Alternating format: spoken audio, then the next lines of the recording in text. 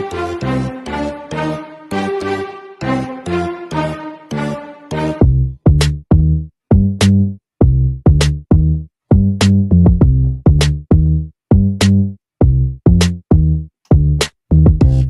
hello. Should have cleared my throat before I went live, but you never remember to do the small things before you get on camera. So, welcome back, one and all, to another episode or spine number of Chasing Labels. I am your host, Andrew Cabral, and for those of you joining me here for the first time, welcome.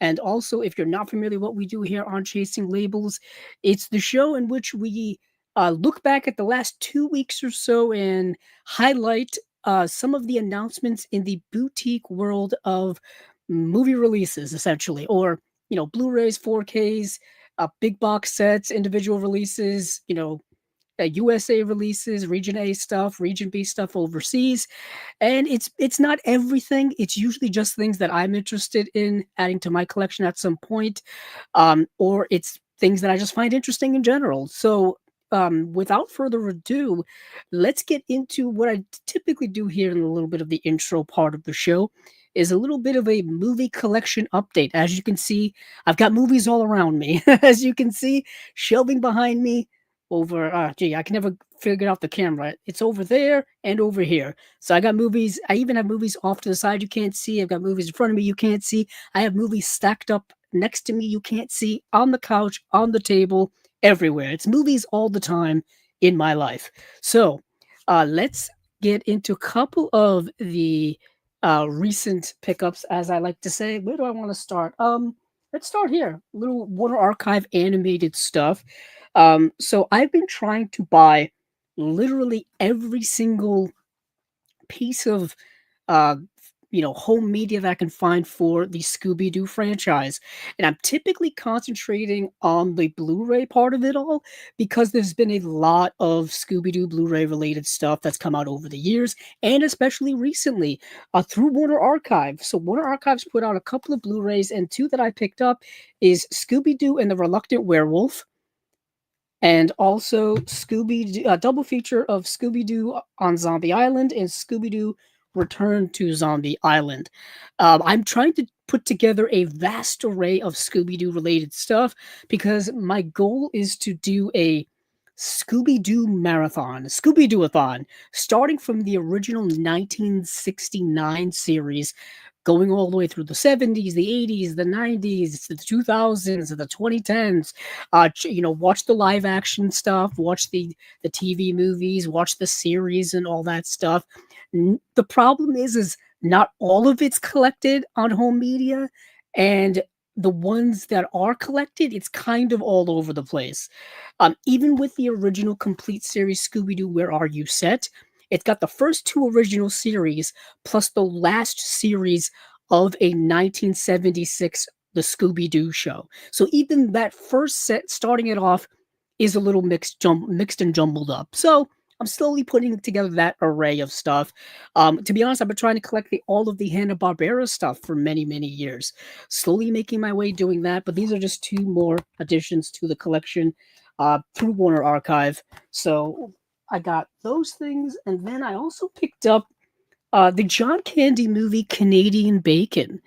Now, this is interesting because it's directed by the documentarian, the political activist Michael Moore. And Michael Moore did not do a lot of, fictional, theatrical features and stuff like that. Like I said, mostly a documentarian, mostly a political activist. But he directed this movie called Canadian Bacon that came out in 1995. Now, for those of you who may know this is actually, I believe, the last credited role for John Candy. This came out after he passed away. He passed away in 1994. So I believe if you go on his IMDb, this is the last movie that he's credited as being in. So I wanted to pick this up because I've been putting together a bunch of John Candy stuff over the last little while. There's a documentary that I think showed at TIFF. I think it showed at Toronto International Film Festival. And I think it's going to be getting some type of theatrical release soon, just about John Candy's life and career. So I wanted to get more John Candy in my collection. I believe last time on the last episode of Chasing Labels, which would be spine number 173. I showed Summer Rental, which I picked up recently as well. If not, I guess you're seeing it for the first time, but I'm pretty sure I showed this off last time, um, on episode 173. So on spine number 174, you get a little kind of a early John Candy, late John Candy double feature here of Summer Rental and Canadian Bacon. So I picked up those two. Speaking of Kino, because that was a Kino release, I've got a big old Kino haul here. So recently, I spent a Friday night at my local Barnes and Noble, and I picked up 7 Kino releases. This I showed off in a short video that's here on the channel. If you haven't seen that already, this is new to you. If you have seen that already, this is not new to you. But I figured I would show it off here. Why not? So I spent a Friday night at Barnes and Noble because they are having currently a 50% off Kino Lorber sale.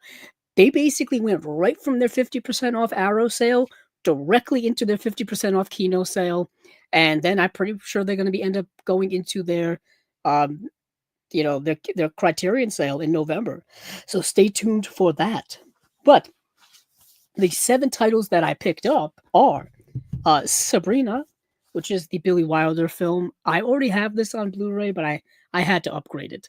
I love Audrey Hepburn. I love her in this movie. This movie also stars Humphrey Bogart and William Holden. It's one of my all-time favorites. So I picked up Sabrina, and then something straight out of my childhood and maybe many of yours childhood or just life in general, Wayne's World 2 on 4K UHD.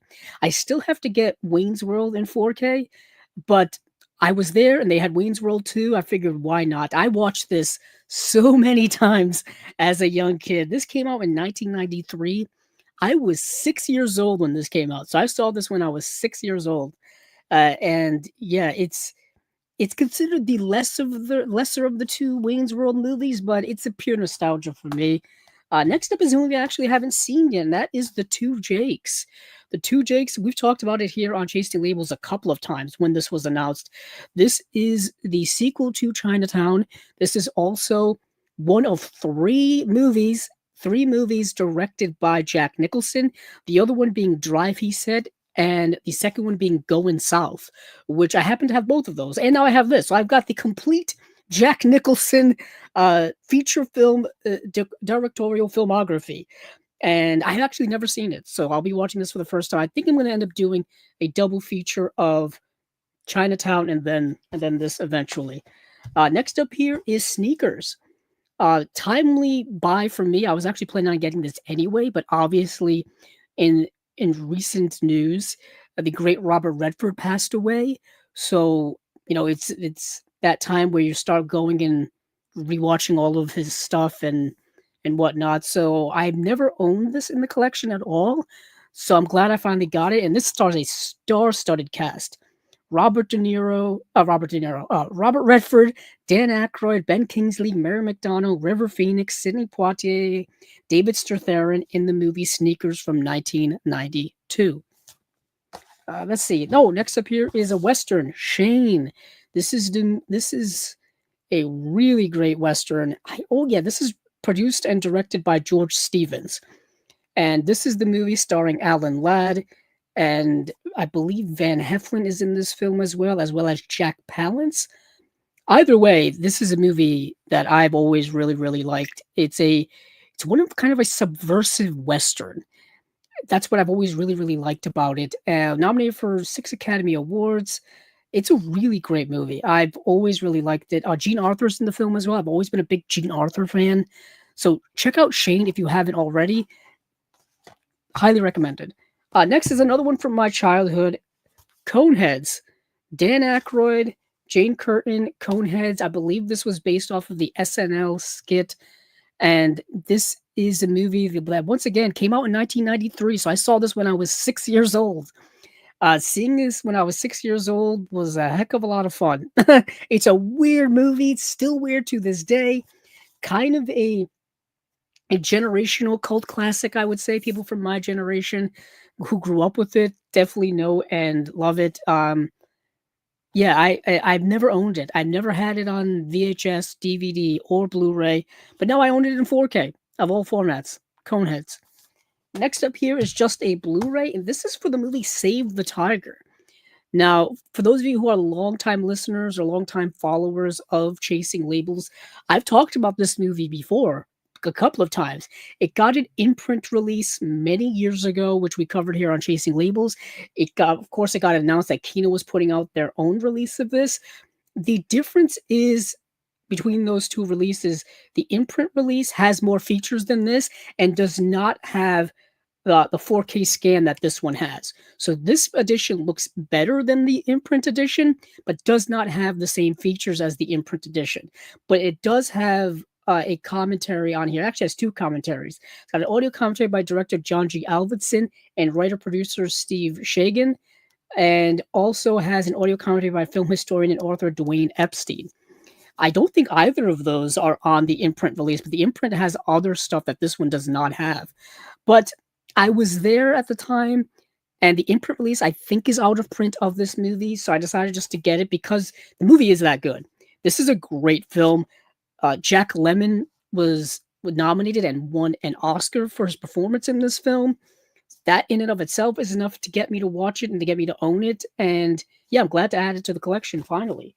Some other stuff here, some more mainstream stuff. Superman. For those of you who do not know, and you are here for the first time, I'm a big fan of DC Comics. Batman, Superman, Wonder Woman, probably my favorite comic book superheroes of all time, in that order. And a lot of online discussion about this movie, which I won't get into right now, but I picked it up because it was a brand new release. And also, when was the last time you saw a lenticular cover for a brand new mainstream studio release? I feel like they just don't do that anymore, when they used to do it all the time for Blu-rays and DVDs. Next up here, coincidentally, we'll be talking about this movie later. Jackie Brown, the Quentin Tarantino film. I literally got this in the mail the day that Imprint announced their big deluxe 4K release of this movie. So we will do a little compare and contrast later on about what the difference is between this release here and the new upcoming Imprint release of this movie. Also, quickly, because we already went over all of this. So I will just run this down. For those of you who do not know, currently up on the channel is a big review of many of the September Criterion releases. With Steven and I, we went over went over all of these, but we went over most of the releases from the month of September for Criterion, including these Criterion Premieres edition of Misericordia. We also have some Wes Anderson here with the French Dispatch, the 4K of that.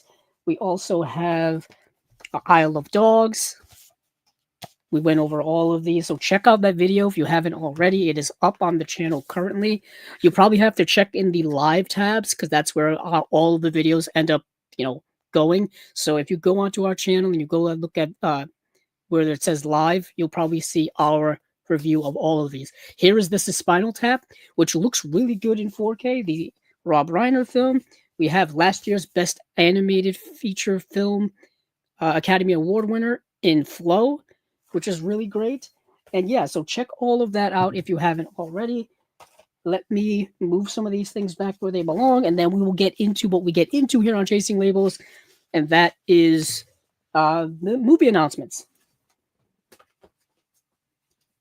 Okay. All right, so let's see where we're going to start here. First of all, we do have some comments here. We have some comments from Acres of Movies. Acres of Movies asks, what Turtles features are you most excited for? We will definitely be getting into that. So I'm going to come back to that question because I actually have to go and look at the list of special features. Let's see. Acres of Movies also asks, hire a character to be your butler, Chewbacca, Johnny Five, or the chap in Apocalypto. Chewbacca, why not? He's a great sidekick, great friend. He's kind of a ride or die Wookiee, if you will.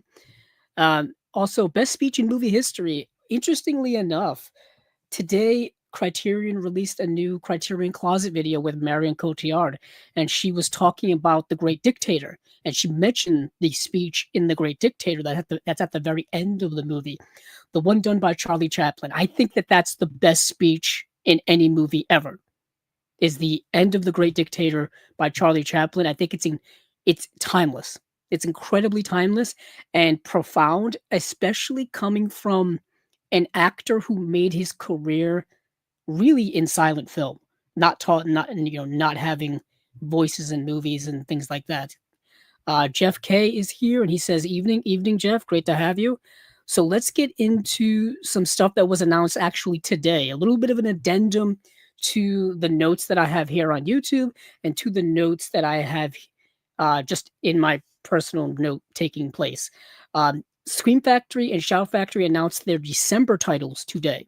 So I will be getting into that right now. Let me go over to the Shout website because Blu-ray.com, while they do list off everything, they give you no details as to what is in any of these releases. So I've got to go to the Shout website and get the details ourselves. So let me list down actually what the actual releases are.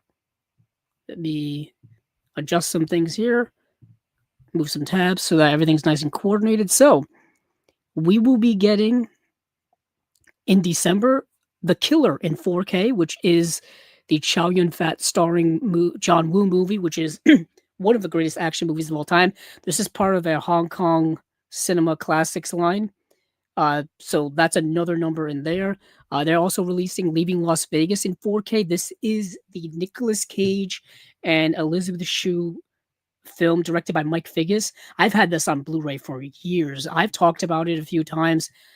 It's one of Nicolas Cage's greatest performances. He won an Oscar for it. And yeah, it's a dark, gritty, sad, melancholic film. Not for the faint of heart. Next, we have the movie Rabid, which is coming out in 4K. And this is the David Cronenberg film. Okay. That's something I'm definitely interested in adding. Next, we've got in 4K as well, Cloud Atlas, an underrated movie from the Wachowskis. In my opinion, I think it's a misunderstood movie. It's based off of a book of the same name, which I've read, and the book is kind of unfilmable. The mere fact that they decided to adapt this book into a movie is courageous in and of itself. Cloud Atlas is, yeah, it's kind of unfilmable. I don't know how or why they did it, but the Wachowskis tried to, and I think they did a really good job actually of just kind of putting on screen what the book is. And the book is just so unique, so unique. That is Cloud Atlas. They're putting out steel books of movies I think they've put out already. So let's go down the list. The Grey's getting a 4K steelbook. Tales from the Dark Side's getting a 4K steelbook. Black Christmas is getting a 4K steelbook. They've released that on Blu-ray and 4K already. I know that for a fact. People Under the Stairs is the same thing.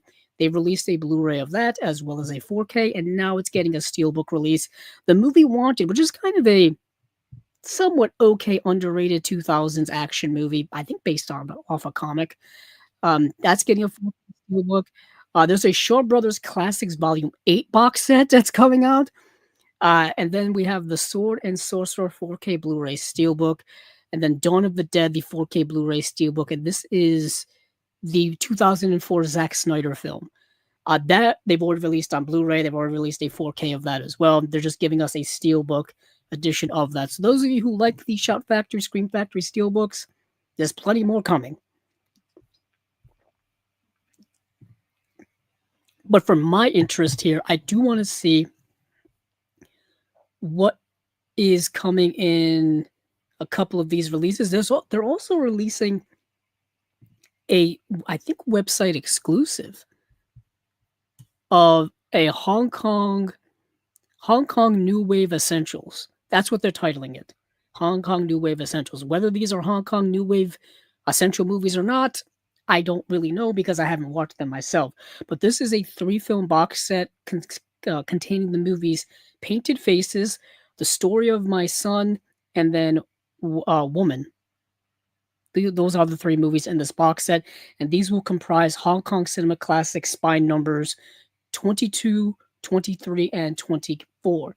Each movie comes, I believe, in its own, at least its own disc. Yeah, I believe its own disc, perhaps its own case. Not really sure. Either way, bonus features. It looks like, yeah. Let's see. The Painted Faces is getting an audio commentary with film historians Frank Zhang and F.J. DeSanto. Painted Provocations, an interview with co-writer Mabel Chung. A Formidable Face, an interview with film critic David West on the work of Sammo Hung. Brushstrokes, a look into Painted Faces, an interview with film historians John Krang and Rick Meyer. So that is for the movie Painted Faces in this Hong Kong New Wave Essentials box set. The Story of My Son is getting an audio commentary with James Mudge. And then The Story Behind My Son, an interview with film historian John Crank and Rick Myers. And then the third disc is the movie Woman, and it's getting a new audio commentary with James Mudge. And then A Woman's World, an interview with actor Feng Chi Feng. And then Female Problems, an interview with academic and author Victor Fan. Hong Kong Romance, an interview with academic and author Lin Fang. Jade Vases, an interview with film historian John Krang and Rick Myers. So that is the Hong Kong New Wave Essentials box set. That is, I don't know if it's a website exclusive or not. I know like they have an exclusive poster and things like that that comes with it if you order directly from Shout Factory's website. But this is the Hong Kong New Wave Essentials box set of Painted Faces, The Story of My Son, and Woman. Or Women. Sorry, Women. So, but I do want to check to see what Cloud Atlas is coming with. Let's see. So it's a new 4K restoration of the movie Cloud Atlas. New presentation in Dolby Vision, HDR compatible, so you get Dolby Vision and HDR.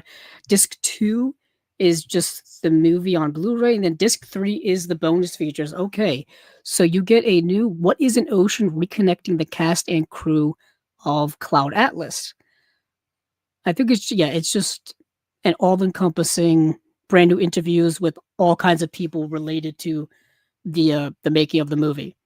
You know, the directors, the author, the cast members like Tom Hanks and Hugo Weaving, Jim Broadbent, a bunch of things like that. Then you have 7 archival featurettes that I think were just, probably carries over from the original Blu-ray and DVD releases. So I just want to check to see what Cloud Atlas was coming with.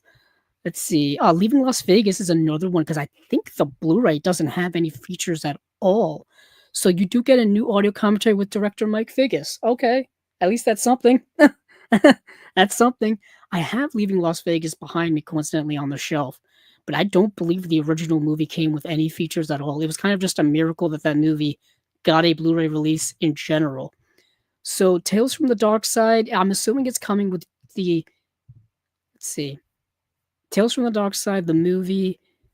We've got a 2-disc edition, 4K and Blu-ray. We have 3 audio commentaries on both discs, and then Tales from the Dark Side, the making of 4 Ghoulish Fables, and then behind the scenes videos. Okay. That's that. Let's see, what else did I mention? Let's see. Oh, The Killer. Let me see what The Killer's coming with. So, for me personally, I think I've said it here before on Chasing Labels, is I'm waiting for Arrow to put out their versions of these movies. We will get into one that they've already announced for their December titles. Yeah, their December titles, which we'll get into later on in the show. They're releasing their own City on Fire release. We'll get into why why people are waiting for that release, for the Arrow versions of these releases versus getting the Shout Factory ones. But let's see, The Killer is coming. It's a 3-disc set coming with a bunch of features. New 4K scan from the original camera negative, and Dolby Vision and HDR compatible. Let's see, new audio commentary with director John Woo and film journalist Drew Taylor. Audio commentary with critic and author David West. And then there's, I think, an archival audio commentary with John Woo and producer Terrence Chang. Oh, that's from the Criterion edition. Okay. So they got the Criterion commentary. That's fascinating. And then disc 2, which is the feature film on Blu-ray. Same scenario there. three audio commentaries. Then the third disc for The Killer from Shout Factory is um has the special features. So brand new, The Hero of Heroic Bloodshed, a John Woo documentary, a feature-length documentary on the cinema of Hong Kong's iconic director. You got interviews with John Woo and a whole bunch of other people that have worked with him over the years and all that kind of stuff. Bullet Ballet, an interview with director John Woo. My Kind of Hero, an interview with producer Terrence Chang. Editing the Killer, an interview with editor David Wu. Hong Kong Confidential, and Inside the Killer with author Grady Hendrix, and then deleted scenes and extended scenes. So these are this is coming December. Yeah, these are the December releases. I completely forgot what I was doing there. So Rabid. So Rabid by um David Cronenberg. This is I do want to see if Rabid's got a Blu-ray release before, because I feel like it has. Let me see. It has. Okay. Actually, I think it got a Blu-ray release from Shout Factory. Yeah, so this is an upgrade. This is them upgrading their own release. Yeah, this is them upgrading their own release. I thought it was something like that. Because they put out Rabid, they put out where do I have it? Let's see. Oh, I have it right here. Dead Ringers. So they put out Dead Ringers. I'm very curious if they're going to end up upgrading this to 4K.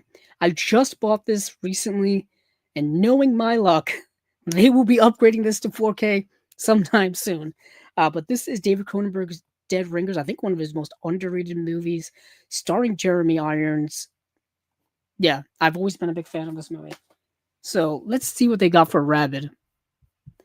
So Rabid, new 4K scan from the original camera negative, 3 audio commentaries with director David Cronenberg, with William Beard, author of Artist as Monster, the Cinema of David Cronenberg, and then there's an audio commentary with Jill C. Nelson, author of Golden Goddesses, and then the second disc here has the movie as well as those 2 audio commentaries. And then it has new Becoming Cronenberg, an interview with Canadian film historian and author Paul Corupe. Then Inside Rabbit, an interview with Violet Luca, author of David Cronenberg Clinical Trials.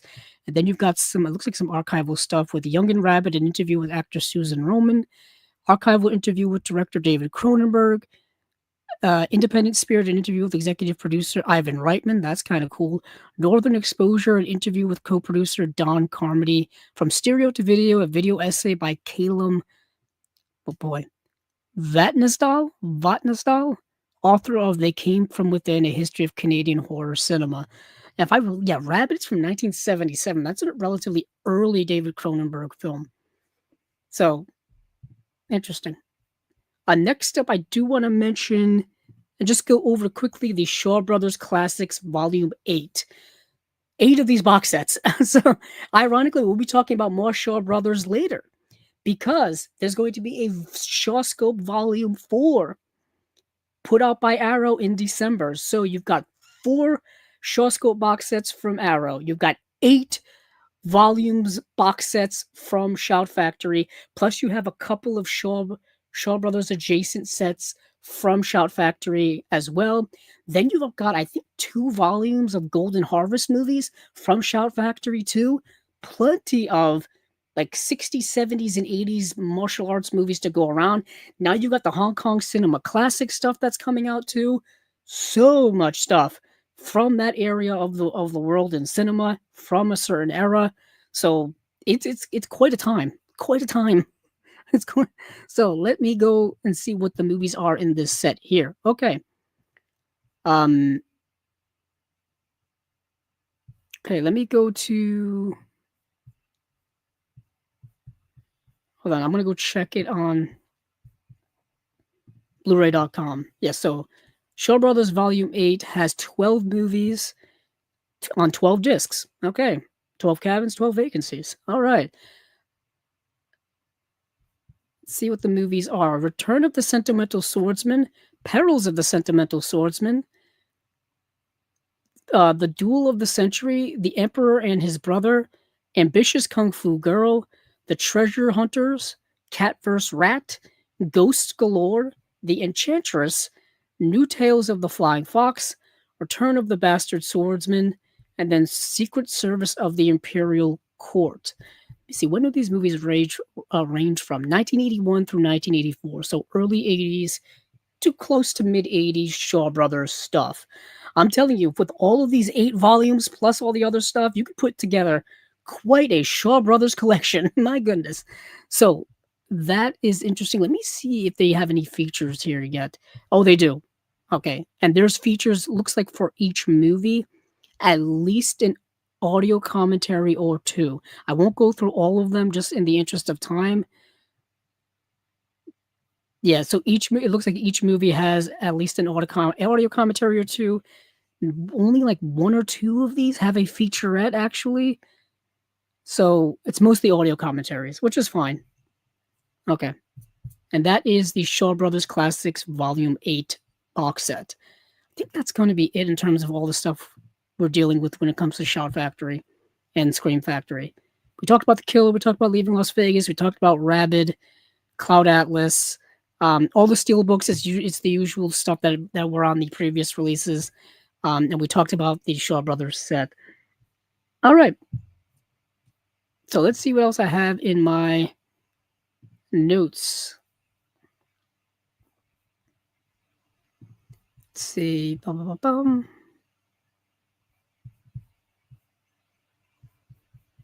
see. I went to the wrong place. Okay. So since we did Shout Factory, let's go over to. I don't even know where to go to. Oh, you know what? Why not?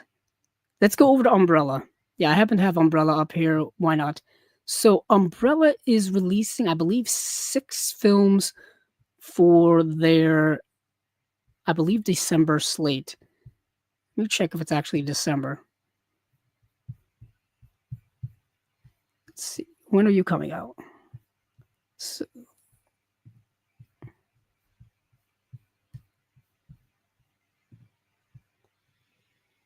oh, January. Okay, so these are their January releases. Sorry, not December. I knew it wasn't December.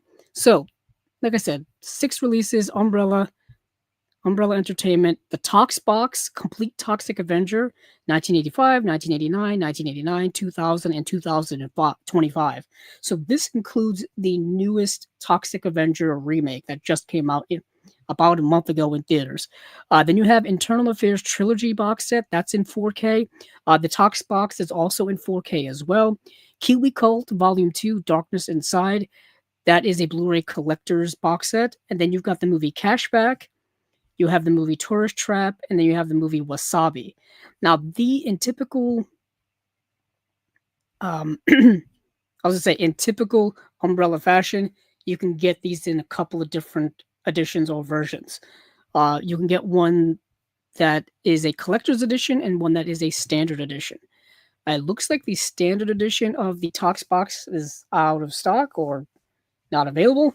So you can only get the collector's edition. So the Tox Box, like I said, contains 5 movies. Let's see. Venture from the outrageous trauma cult classics to the latest take on Toxie. Only available from the Umbrella store, the Tox Box Collector's Edition includes 48-page book of behind-the-scenes material and new essays, custom rigid slipcase, custom rigid case using original art, 8 art cards, 3 reversible posters, and let's see what else we've got here. Following Traumaville's mop-wielding mutant hero as he dishes out grotesque gags, gory justice, and eco-friendly mayhem across the generations, overflowing with outrageous humor, splatter-packed action, and cult energy. This is the definitive celebration of cinema's most hideously deformed creature of superhuman size and strength, back and badder than ever. The Tox Box includes The Toxic Avenger, The Toxic Avenger Part 2, The Toxic Avenger Part 3, The Last Temptation of Toxie, Citizen Toxie, The Toxic Avenger Part 4, and then The Toxic Avenger from 2025. Directors are Lloyd Kaufman and Macon Blair. Macon Blair did, of course, the 2025 version of the movie. And yeah, it's kind of all you can ask for. If you're a big fan of Toxic Avenger or Trauma, This is your thing. Let's see.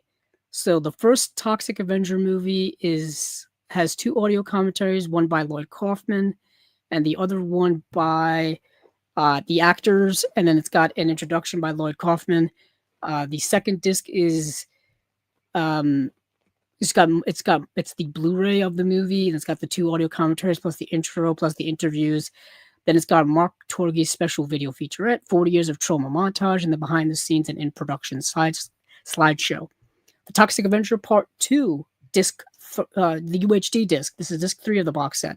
It just got an audio commentary with Lloyd Kaufman, intro by Lloyd Kaufman, and then you've got a second disc there for the movie. It's got those two things, plus an at-home with Toxie featurette, a word from trauma villainess Lisa Gay featurette, Toxie on Japanese TV segment, old DVD intro by Lloyd Kaufman. It's a Radiation March PSA, and then 40 years of trauma montage. The Toxic Avenger Part 3, The Last Temptation of Toxie, the UHD disc. Audio commentary with Lloyd Kaufman plus a bunch of other people, and then an audio commentary with actor Joe Flyshaker, and then intro by Lloyd Kaufman himself. And then you've got not last disc, and you've got the second disc for the Toxic Avenger Part 3, which just got those two audio commentaries plus the intro, and then it's got Tromama featurette. It's Tromoma featurette. 40 years of trauma montage, make your own damn horror film featurette, a Halloween Carol short, and then Rabbit Grannies on Blu-ray. Provo, excuse me. Radiation March PSA as well, and then trailers. Now this is and then when you get part 4, which is on disc 7. This is a massive box set. This is a massive set. So Citizen Toxie, The Toxic Avenger Part 4 from 2000, UHD disc 7 of the box set is 3 audio commentaries and an intro by Lloyd Kaufman. The Blu-ray disc, which is disc 8 of the box set, it's got those 3 audio commentaries plus an intro, plus Apocalypse Soon, The Making of Citizen Toxie, Trauma's Tribute to Lemmy featurette, and then 40 years of trauma montage once again. And then now we get to discs 9 and 10, which is of the new Toxic Avenger movie, which stars Peter Dinklage as the Toxic Avenger. And this has got all new stuff. So the first disc here has audio commentary with director Macon Blair, interview with director Macon Blair, the Toxic Avenger Unrated and Radioactive Comic-Con International. I'm assuming that's the trailer. A Toxic Environment Behind the Scenes Extended, Toxic Personalities Meet the Cast, Toxic Crusaders, and then a new trailer. And looks like the 10th disc here, which is just the Blu-ray, has all of that same stuff. Yes, all that same stuff. All right, that is a massive box set. It's the Tox Box, the 4K and Blu-ray Collector's Edition of all of the Toxic Avenger movies, all 5 of them, including the new remake that just came out this year. And it is a massive set. It's a massive set. If you're a fan of the Toxic Avenger, if you're a fan of Trauma, this is the box set for you.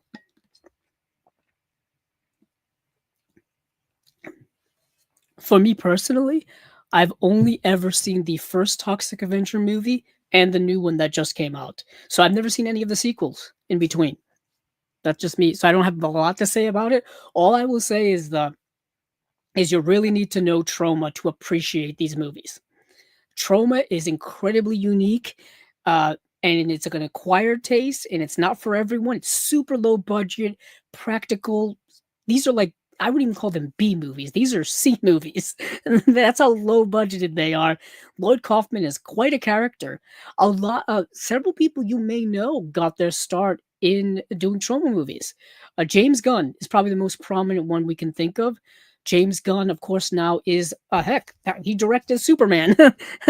James Gunn, who's the co-head of DC Studios right now over at Warner Brothers, started out making Trauma movies.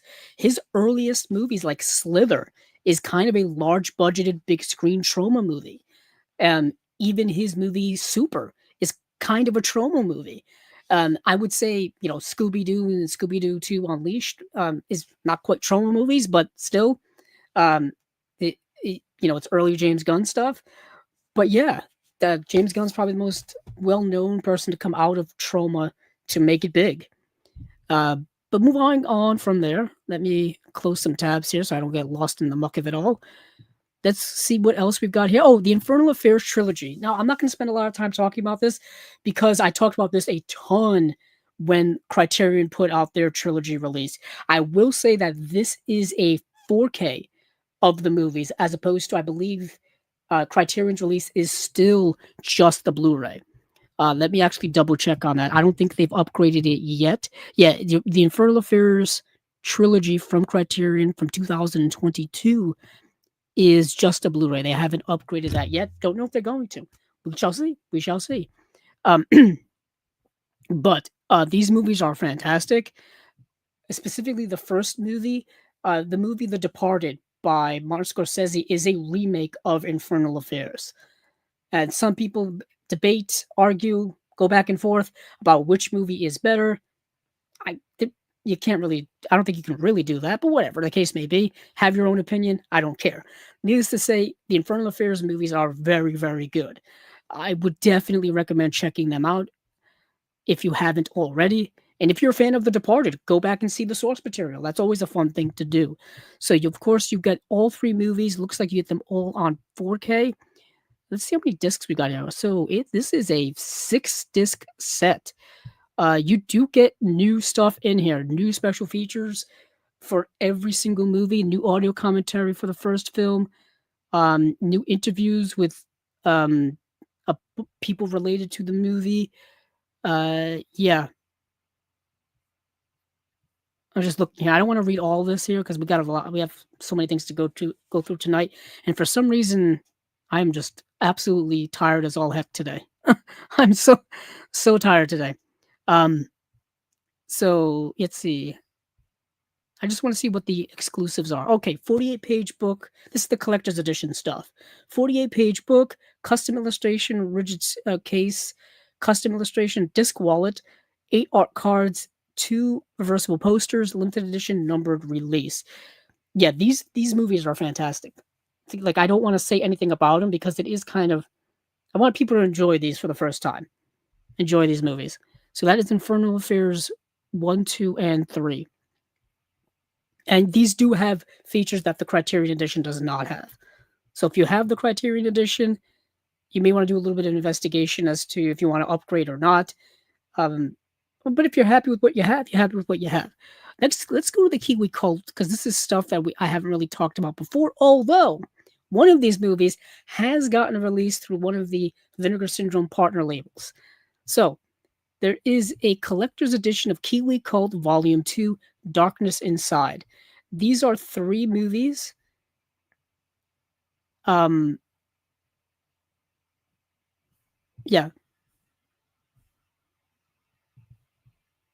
Yeah, this is a 3-movie box set.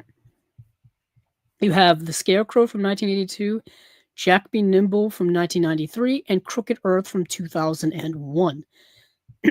So the movie that has already gotten a Blu-ray release from one of the partner labels is Jack Be Nimble. Let me go over to Vinegar Syndrome and actually see which label actually put that out. Let's see, Jack Be Nimble. Excuse me. All right. They don't even have it on their website anymore. So let me go over to Blu-ray.com, take a gander. Unless I completely just fumbled. No, Jack Be Nimble. There it is. Let's see.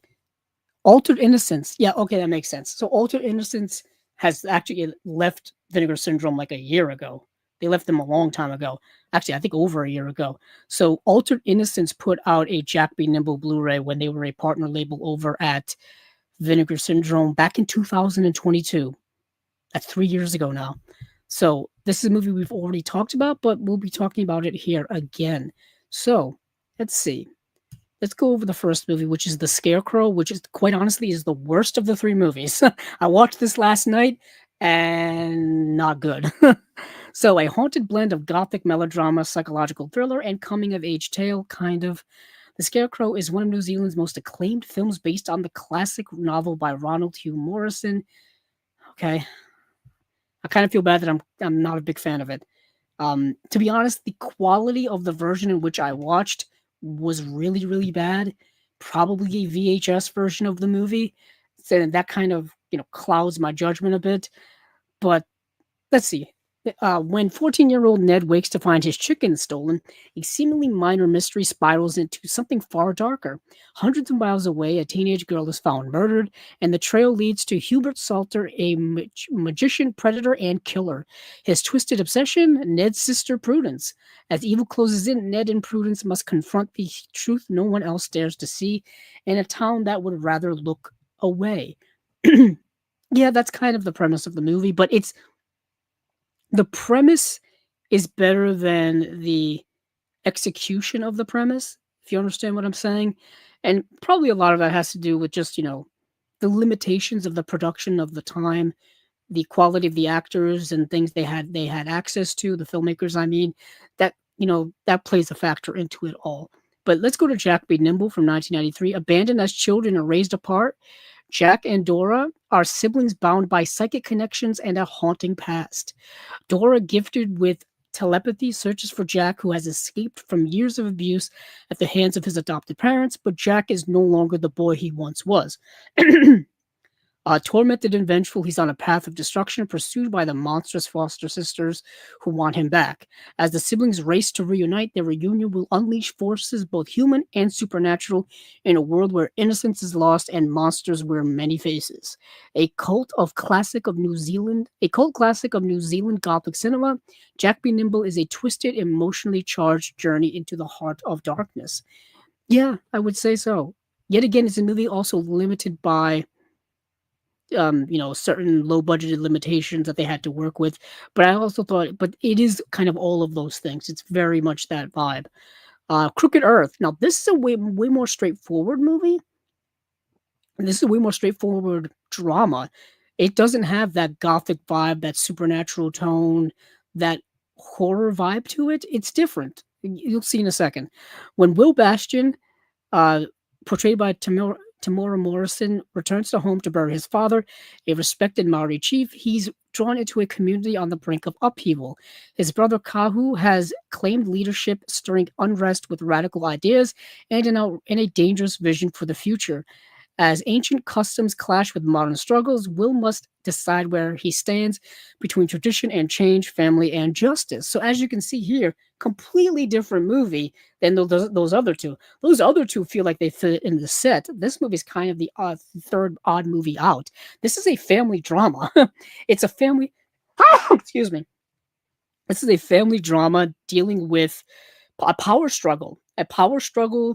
That's based in tradition versus modernity versus um modern political ideas and all kinds of stuff. It's a movie that's trying to cover a lot of things, and it's fine. It's a movie I thought would delve into a lot of those bigger themes a lot more, and it really didn't. It was rather surface level for the most part.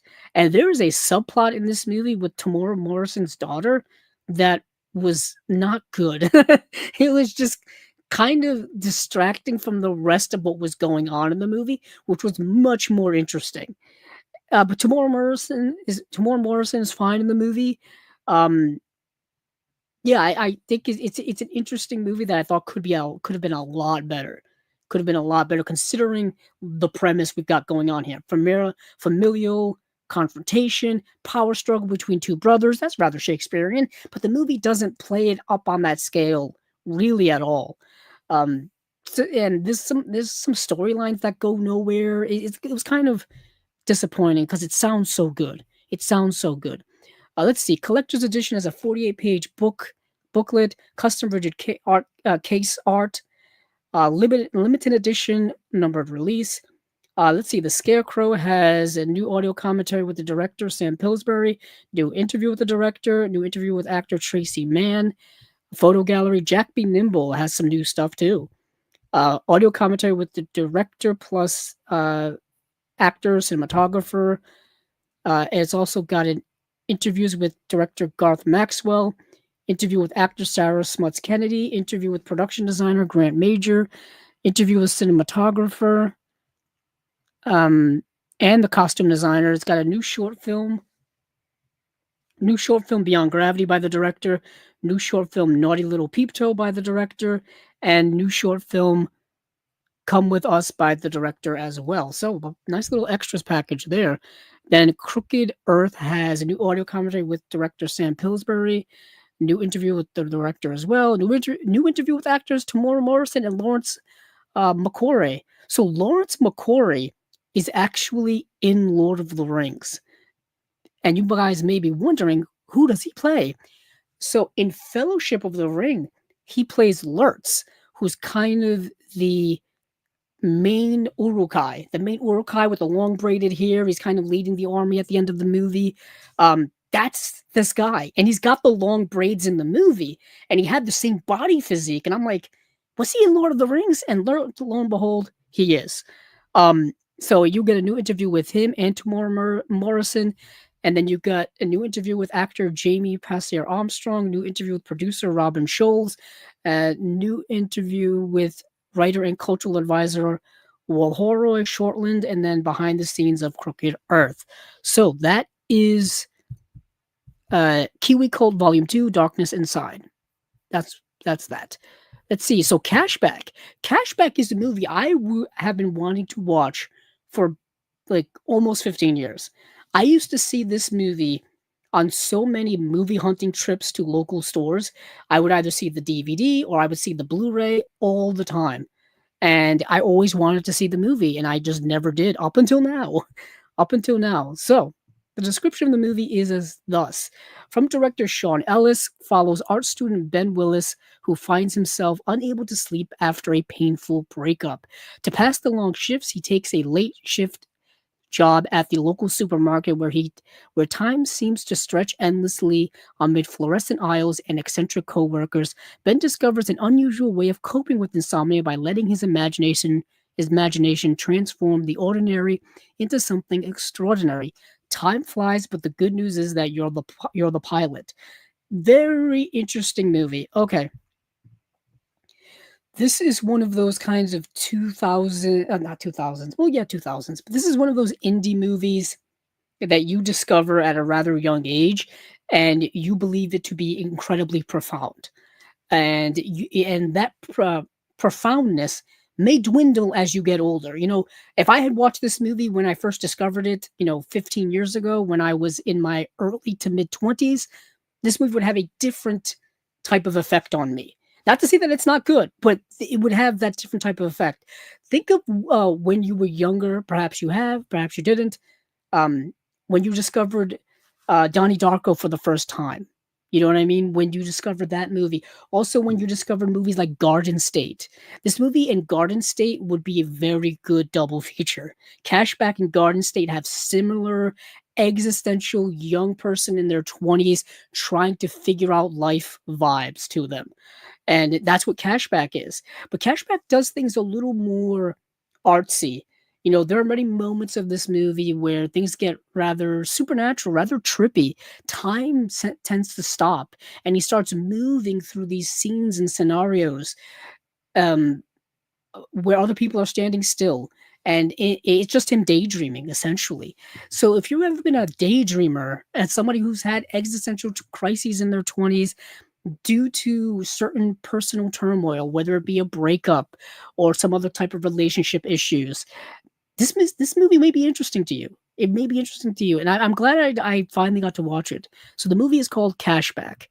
Came out in 2006. Let's see what we got here for special features. So the collector's edition has a 48-page booklet, custom artwork rigid case, custom artwork slipcase, 8 art cards, and a reversible poster. Limited edition numbered release. We have a new audio commentary with podcasters, writers, and film analysts, the Wives Colangelo. And then we have a new audio guide, a Cashback-inspired short film by Chris Alina, filmmaker Chris Alina on Cashback, the making of Cashback, alternative/extended scenes, outtakes, the art of Cashback, storyboards, and pre-visualizations, interview with actor Sean Biggerstaff, then Cashback, the 2004 short film, which I think is about 18 minutes long, and it's the short film that this movie is based on. You see that with a lot of indie films.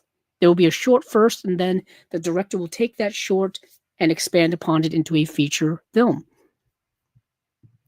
So that's Cashback. I'm very interested in that actually. Excuse me. Next, we have Tourist Trap. So, Tourist Trap from 1979 is an interesting, like, B horror movie. It's part Psycho, part The Puppet Master, part um, Texas Chainsaw Massacre, but it's not as good as any of those movies. Excuse me. I'm a mess today. I'm sorry. Oh, Mondays are awful, people. Mondays are awful. So, um, let me get to the description. Uh, when a group of friends find themselves stranded in the middle of nowhere, they seek refuge at a peculiar roadside museum, only to discover that the museum's owner, the eccentric and unsettling Mr. Slauson, is hiding a dark, twisted secret. As night falls, they find themselves trapped in a horrifying maze of strange mannequins and deadly traps. So, people on a road trip, they get lost. Weird stranger that's around. That's Texas Chainsaw. That's Psycho.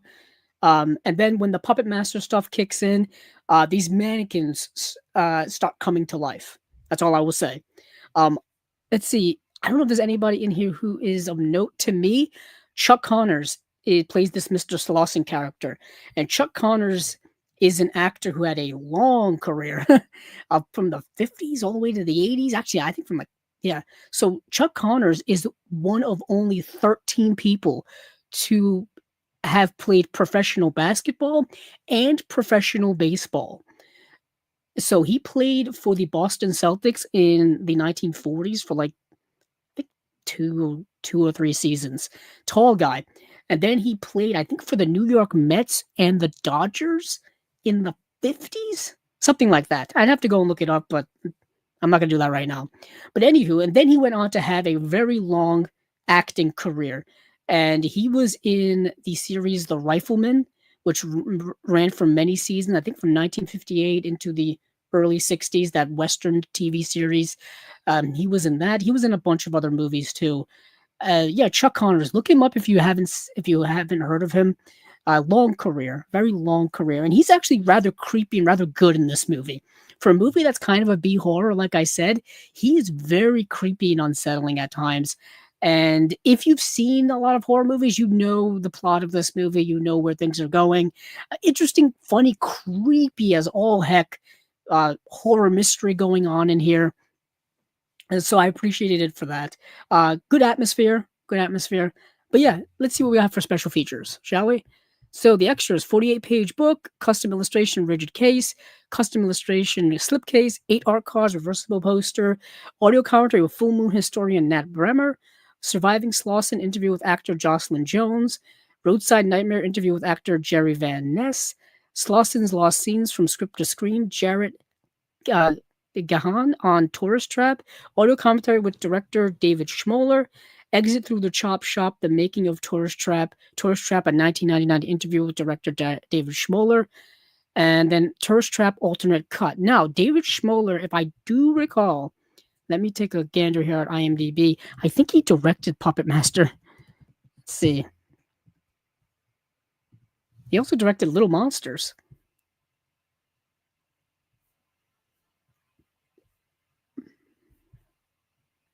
Yeah, I think he directed the I think he directed the Puppet Master. So yeah, Tourist Trap.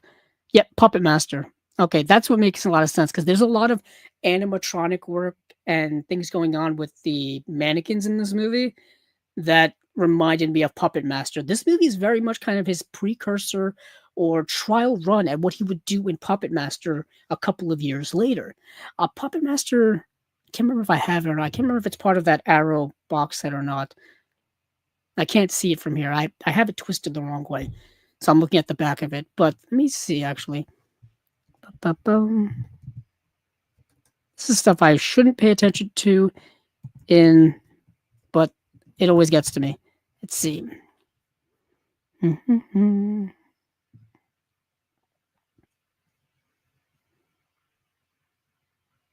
I always thought the Puppet Master had a Blu-ray release. Hold on. This is gonna bother the heck out of me. Yeah, it does have a Blu-ray release. Let's see. Yeah, it's got one from Full Moon Features. That makes sense.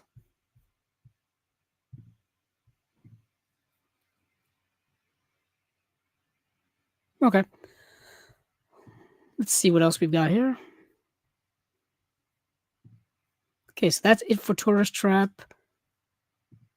Now we'll move on to actually that's it. That's it for Umbrella because I did not get to see the movie Wasabi, starring Jean Reno. I think it was written by Luc Besson. I still haven't seen the movie, so I can't really comment on it. So we won't get into that right now. Just also in the interest of time, I'm trying to make these episodes less than 4 hours for my own sake. Let's see what else we've got here. I know I've got to bring this up. Yeah, so Sandpiper. Let me see, where are you? Yeah, there they are. Okay. Let me go over to Blu-ray.com and look up the Sandpiper announcements. Because they are re-releasing a bunch of movies that were released by Olive Films about 10 or so years ago, and they're putting them back into print. So, Sandpiper Pictures unveiled their upcoming releases. They revealed several upcoming Blu-ray releases. Amongst them are Mannequin, Sometimes They Come Back, Zapped, Dirty Work, A Stagecoach, Undercover Blues, and The Meteor Man. So this is so how do I say this? For those of you who remember Olive Films was a small company that got their hands on a lot of catalog titles from certain studios, and they were putting movies out on Blu-ray for a couple of years, for quite a few years. Recently, within the last few years, they no longer exist. The company folded essentially, and so all of the licenses, that agreements that they had, obviously they were never renewed, so they lapsed. So now all these movies are out to be licensed by other companies. We've seen Kino pick up some titles, we've seen other companies pick up some titles, and it looks like Sandpiper has picked up some titles as well to put out Blu-ray editions. Now, with Sandpiper Pictures, they're kind of like Olive Films. They don't have the means or the funds to do anything in terms of restorations, new scans, make new features, or anything like that. Basically, they just put the movies on Blu-ray and release them, essentially. So that's what we get here, which is a bit of a double-edged sword. It's good that we've got these movies in circulation, so we don't have to pay super duper prices for out-of-print Blu-rays. And then the bad thing is that a lot of these movies probably need new scans, restorations, remasters, stuff like that. It would be nice for them to have some special features. A more deluxe take on them would be nice, but we don't have it. So you essentially get what you get. So with these movies here, let's talk about them. So Mannequin is an interesting movie you could only make in the 80s, starring Andrew McCarthy, who basically has this mannequin that's played by Kim Cattrall that comes to life, and they have a romance. It is kind of as weird as you think, and the movie plays up that weirdness pretty to the T. And he's working in an apartment store, a big lavish apartment store that you can only find in the 80s. And it's his job. He works overnight to set up the storefront mannequin display. And one of the mannequins just comes to life one day, and it's this gorgeous Kim Cattrall, and they fall in love with each other and whatnot, and then like shenanigans ensue. Let's just say that. Weird stuff going on in this movie.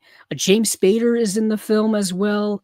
A young James Spader. That's really cool to see. It's kind of an 80s fun film for many people who remember when they were younger. For the first time watching it, I kind of understand why, if I read some letterbox reviews saying that this movie doesn't hold up and this movie is very creepy and very weird, I understand. A lot of 80s comedies are like that. You got the movie Zapped, starring Scott Baio, who is famously in Happy Days and Charles in Charge.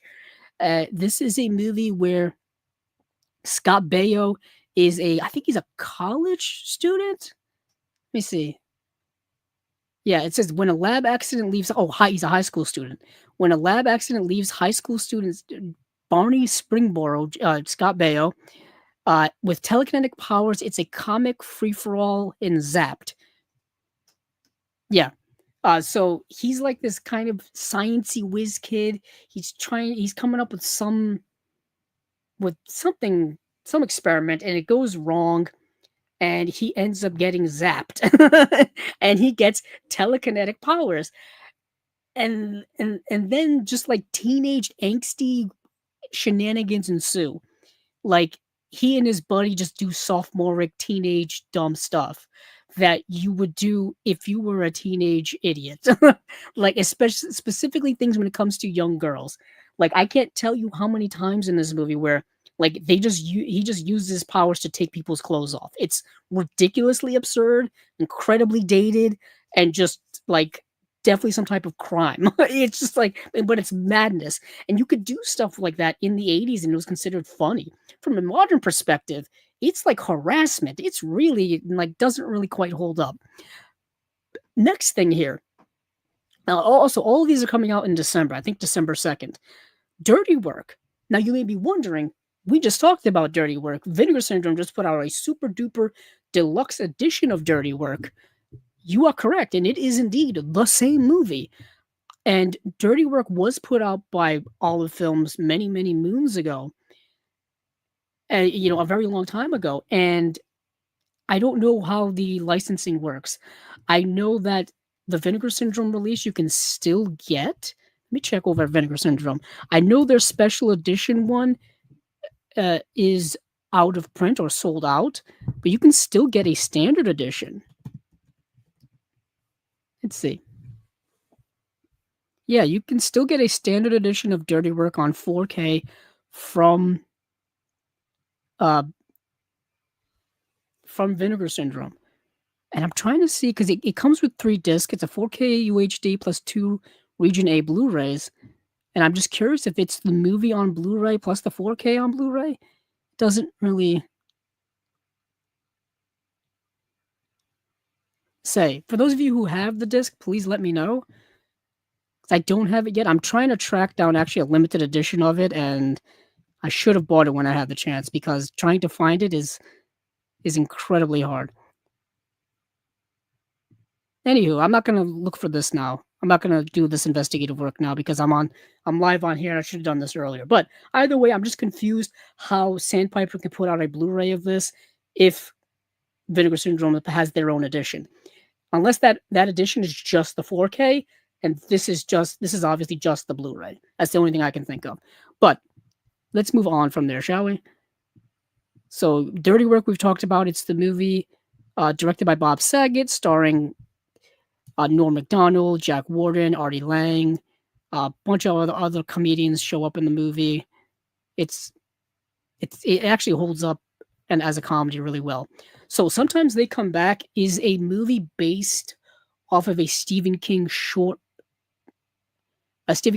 story in his collection of short stories called Night Shift. So Sometimes They Come Back. Tim Matheson gives what Entertainment Weekly called a truly moving performance in the well-acted and skillfully produced Stephen King's Sometimes They Come Back.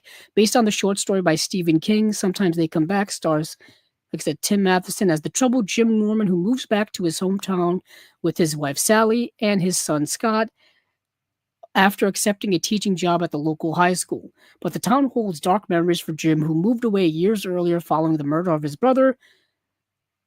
The young men responsible for the murder met with their own horrific deaths, and now those restless spirits have come back for revenge. So you've got a person here who had a childhood trauma that is now haunting him as an adult. Sounds very Stephen King to me. Sounds very Stephen King to me. And yeah, it is very, very much a Stephen King story. Kind of a lesser story. Even this adaptation is definitely one of the lesser adaptations of his work. It's fine for what it is. It's very straightforward. Feels a little bit like It. There's a little It vibe in there because it's got young kids dealing with some supernatural entities and whatnot. But anyway, it's nowhere near as good as a lot of his other stuff. So Stagecoach, this is a 1986 TV movie. I think it's a 1986 TV movie of the same name as the 1939 classic.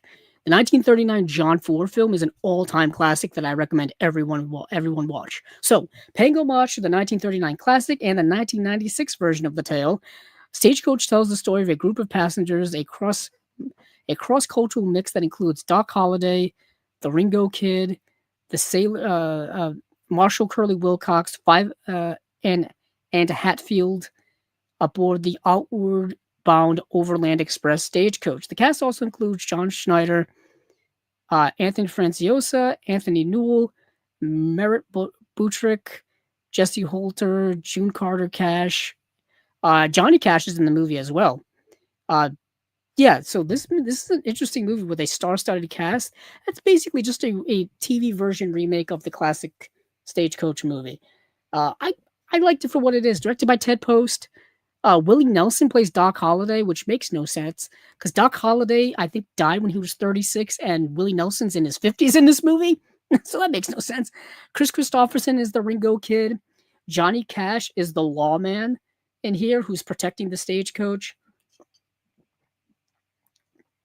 John Schneider from Dukes of Hazzard and Smallville fame is the stagecoach driver in this. And yeah, it's fine. Let's see. Then you have The Meteor Man, a movie I don't think I saw in like 30 years. So The Meteor Man is written, directed, and stars Robert Townsend, the Independent Spirit Award nominee for Hollywood Shuffle. So Hollywood Shuffle is put out by Criterion. Hollywood Shuffle is a really great film. That movie I do highly recommend. Robert Townsend is a talented man.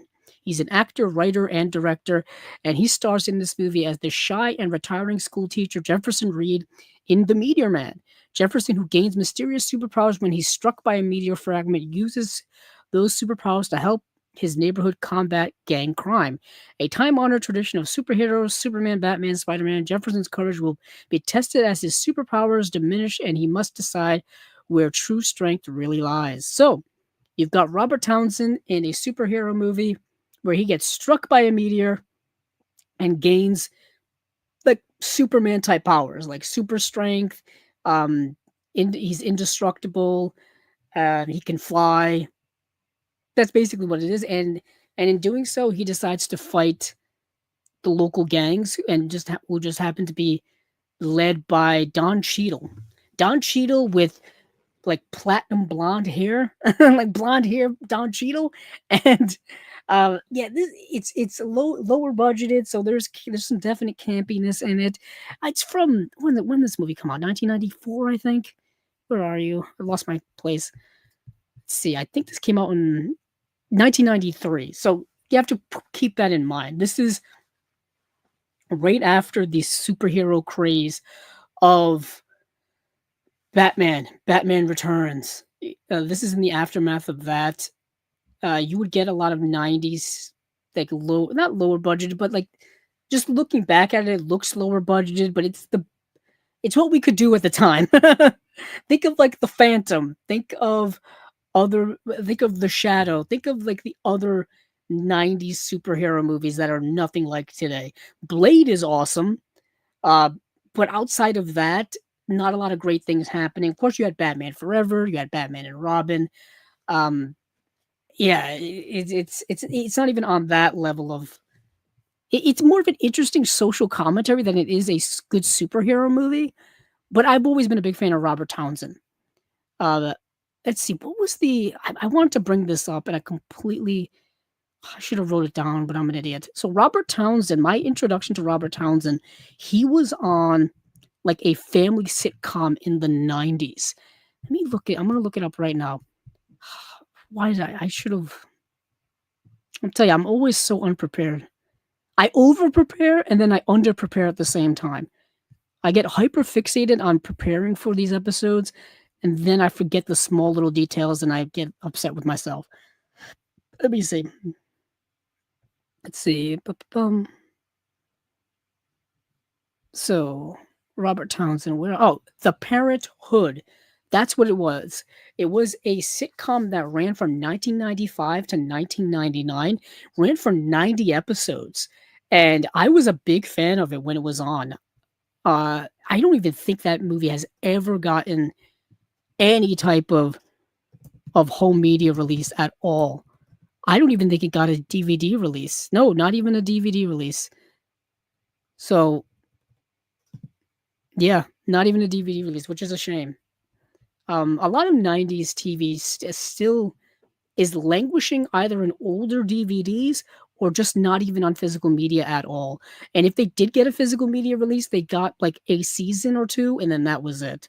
They never got full complete runs. But anywho, let's move on from what I was just talking about. That is it for Sandpiper. That is all of their stuff for December. So if you're interested in any of these, The Meteor Man, Undercover Blues, I forgot to talk about. So Undercover Blues is a movie starring, let's see, what's his name? Kathleen Turner.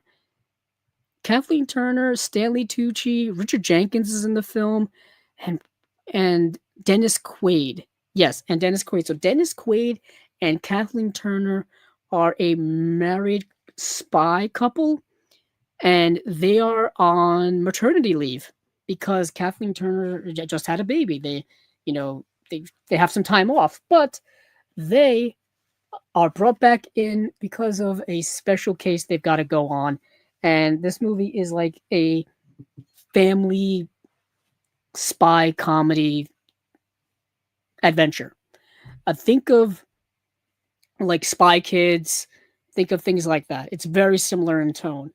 Not quite as cheesy as those, but very similar in tone. Kind of really funny comedy throughout. I really enjoyed it. Yeah, so that is that. So, like I said, The Meteor Man, Undercover Blues, Stagecoach. Sometimes They Come Back, Dirty Work, Zapped, and Mannequin are all getting Sandpiper Pictures releases in December. But yet again, don't expect these to be great releases. These are probably going to be the same exact quality that was released by Olive Films a decade or so ago. So that is it for Sandpiper Pictures. Let me move on to some other stuff here. Let's go over to Kino. Why not? Yeah, let's go over to Kino. Let me go get the Kino stuff. I got to go digging on their Facebook page like I always do. Let's see. Da, da, da, da. Oh, Kino is also having a sale right now on their website. I probably should bring that up. Yeah, Kino is having a sale on their site right now. They're is it the Kino Lorber Studio Classics Fall Sale. So they're having a sale. Barnes and Noble's having a sale. Plenty of Kino to go around. So if you're looking to catch up on some Kino, now is the time to do it. Let's see. Yep.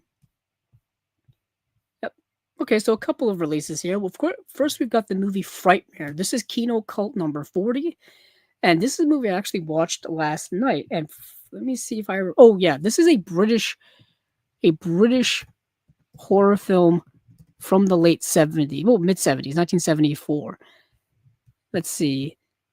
After escaping a death sentence for her hideous crimes, a seemingly rehabilitated woman settles in an isolated farmhouse with her husband, only to ache once more for blood and a crash course in surgery is indeed her old self back. So, yeah, at the beginning of this movie, you get this setup of this woman who commits these horrible crimes. She's put away in an insane asylum for about 17 years or so, but now she's rehabilitated. I think she's all better, but of course, we all know that's never the case. So they let her out. Her husband and her are kind of isolated away, but they've got he's got a stepdaughter with another woman from a previous marriage, and they also had a child that was put up into an orphanage when they went away to prison, or were put away, essentially, both of them. And now they come back into the scene, and we're kind of following their story as to what they're up to and what their connection is to these two people. And of course, as the movie goes along, old demons come to the surface, if you will. I dug the movie. I actually rather dug the movie. So that is the premise of Frightmare. Let's see what we have here for special features. So for Frightmare, We've got 2 audio commentaries. One by Stephen R. Bissett, author of We Are Going to Eat You Cannibal Movies. Another audio commentary by director Pete Walker and cinematographer Jesse Jessup, with Steve Chibnall, author of Making Mischief, the cult films of Pete Walker. For the Sake of Cannibalism, an interview with Pete Walker by Elijah Drenner, Sheila Keith, A Nice Old Lady, a profile including interviews with former collaborators, interview with editor Robert C. Dearberg, interview with actor Paul Greenwood. So, nice little package there. Let's see. What else do we have here? Oh, we got a box set, a Blu-ray box set. Or is that a 4K? Can't really tell. Oh, it is a 4K box set. Yes, it is. It is the Ninja Trilogy, 1981 through 1984. We have Enter the Ninja, Revenge of the Ninja, and we've got Ninja 3, The Domination. So I've only got to see Enter the Ninja. So Enter the Ninja stars Franco Nero as a ninja. And he trains as a ninja in Japan. He goes over to the Philippines to visit his friends who happen to own a large swath of land there, but there's some evil people that want their land, and they are doing some devious things to try to get it. And Franco Nero steps in to try to help them with his ninjutsu, and that is the movie. Yeah, so we've got an audio so we've got a brand new HDR Dolby Vision Master from a 4K scan of the 35mm original camera negative for Enter the Ninja. Audio commentary with actor, film historian Mike Leader and Arn Venema. Theatrical trailer. And then for Revenge of the Ninja, brand new HDR Master from a 4K scan of the 35mm original camera negative. Audio commentary by director Sam Furstenberg and stunt coordinator Stephen Lambert. Audio commentary by action film historian Mike Leader and Arn Venema. Intro by Sam Furstenberg. Behind the scenes photo gallery. Let's see. 5.1 surround sound lossless and 2.0 audio. Same thing for the first movie. Let's see. Ninja 3, the Domination. Brand new HDR Dolby Vision Master from a 4K scan of 35mm original camera negative. Audio commentary by director Sam Furstenberg and stunt coordinator Steve Lambert, moderated by Robert Galuzzo. Isolated score selections and audio interviews with composer Misha Siegel and production designer Elliot Ellenstuck. Excuse me. Dancing with Death, interview with actress Lucinda Dickey. Secord Struggle, interview with actor Jordan Bennett. Birth of the Ninja, the interview with producer and stuntman Alan Amiel. And then 5.1 surround and lossless 2.0 audio. Yeah, that is Enter the Ninja Trilogy. That is coming out November 18th. And then we've got a movie here that I tried to see, but I couldn't quite find, is the Gracie Allen murder case from 1939. Now, this is getting a brand new HD master from a 4K scan, audio commentary by film historian Bernie Prokop, and that's it. So, silver screen star Warren William portrays the debonair detective Philo Vance and vivacious vaudevillian Gracie Allen portrays, Gracie Allen in the marvelously charming crime comedy The Gracie Allen Murder Case. Super sleuth Vance faces the zaniest case of his career when Allen helps him try to solve the murder of an escaped convict. I'm assuming like a zaniness ensues. I feel like that's what they're selling me here on it. Yeah, I wanted to say it looked interesting. I'm also a sucker for any movie from the 30s. This is coming out November 18th. Next, we have The Barbarian. So, The Barbarian, coming out November 25th. It has an audio commentary by film historian Troy Harworth and Nathaniel Thompson, and that is it. An evil ruler, Kadar, let's see, enslaves Canary, a beautiful young queen, and two twin boys from her clan. Canary's faithful servant takes one of the twins to a distant land where he grows strong and powerful, while the other twin stays with the evil Kadar. With the help of a young outlaw woman, the twins set out to free their mothers, starring the Barbarian brothers. Starring the Barbarian brothers Peter Paul and David Paul. Okay. Oh, directed by cult filmmaker Ruggero Deodato, who directed Cannibal Holocaust. All right, that's interesting. I'm surprised it's not a Kino cult release. Anywho, Next, we've got a 4K box set. Now, this is a 4K box set of 4 Alec Guinness films.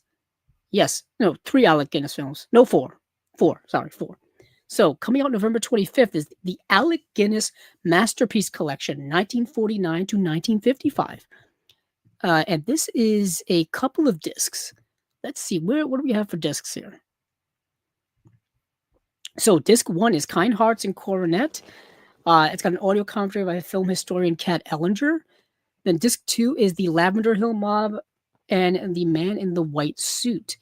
Now, HDR DV restorations are all done by Studio Canal. So Studio Canal has released their own editions of Kind Hearts and Coronet, the Lavender Hill Mob, and I'm assuming the Man in the White Suit, and the Lady Killers, which is on the next disc. We'll get to that.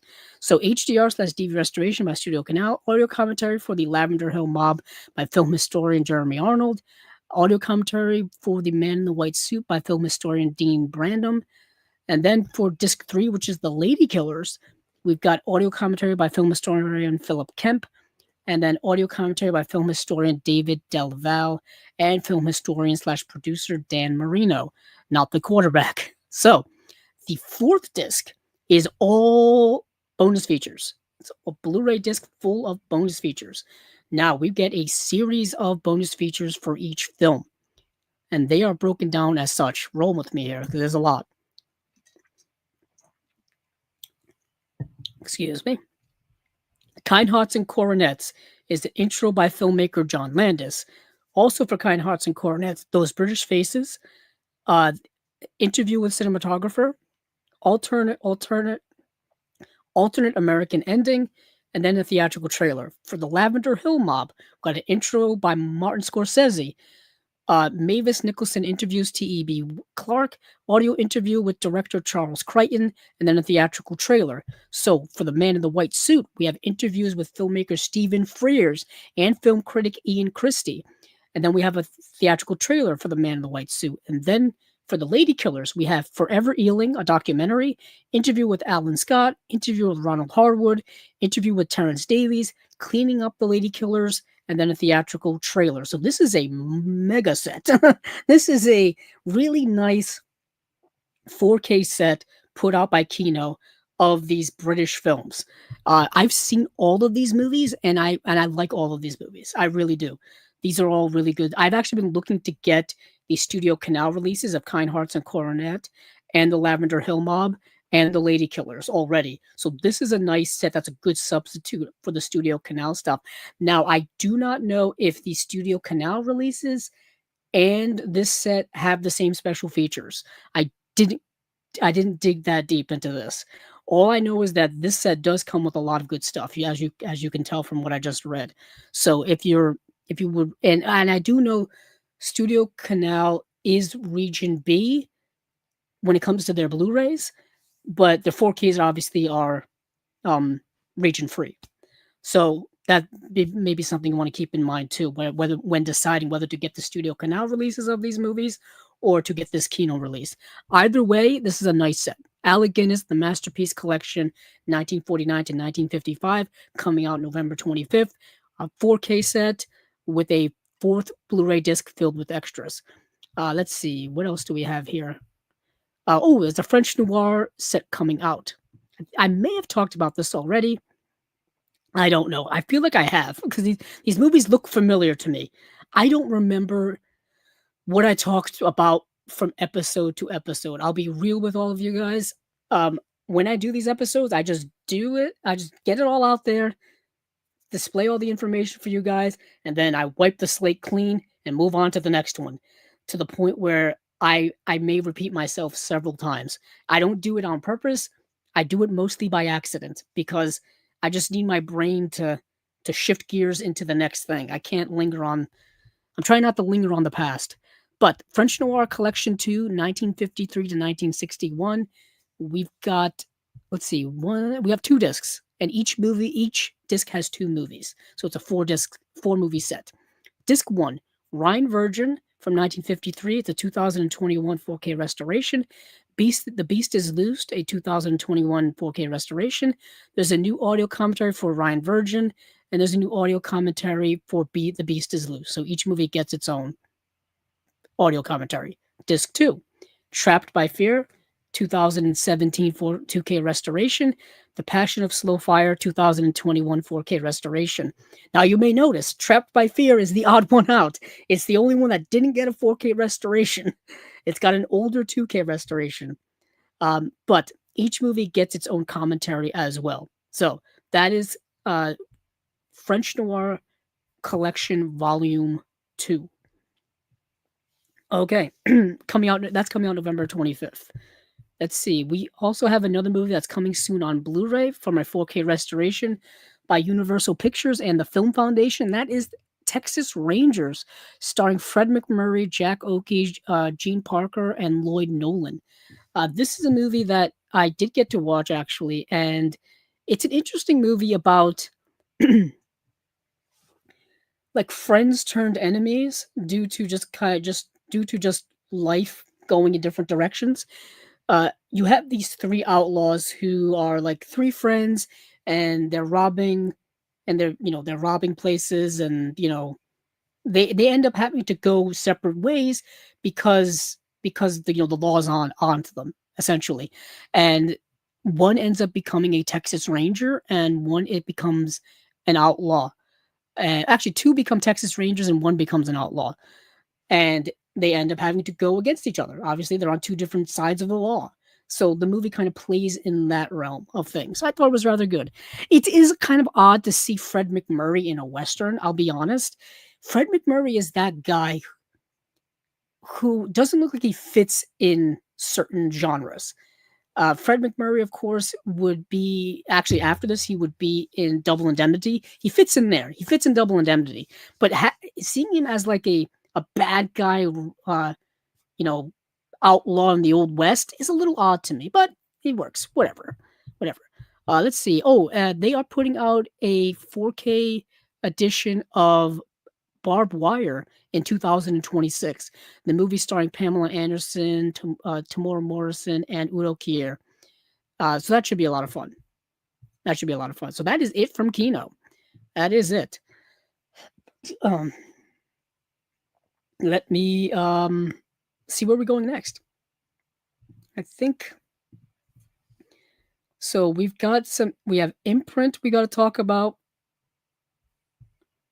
We have Imprint, Arrow, Eureka, and some individual ones to talk about. It was some Death for Crocodile too, and some individual ones to talk about. And that's about it. It's not a big week. I was able to avoid the October 1st dump of Vinegar Syndrome titles that are going to be happening this coming Wednesday. So that will be saved for the next episode. Yeah, probably for the next episode. I was going to say maybe I would do an episode next week on them, but I have a feeling there's just going to be too much to cover between episodes of Chasing Labels. So let's see where we're going to go to next. Let's go to Imprint, actually. Let me go over to Imprint's website to see what they've got going over there. Let's see which thing do I want to go with. Hold on, I'm spelling stuff over here. Let's see. So Imprint, while we talked a little bit about their slate last time, they always like to surprise us with random drops of information. They always like to drop. Hold on, I want to move some movies over here. Like I said, when I told you guys I had a whole stack of movies, I have a whole stack of movies. Let me see, is this actually showing up in camera? No, well, yeah, it is. So I have this whole stack of movies next to me, and I have my drinks right here. So I'm always afraid that I'm going to spill something on these movies. I probably should move them, but whatever.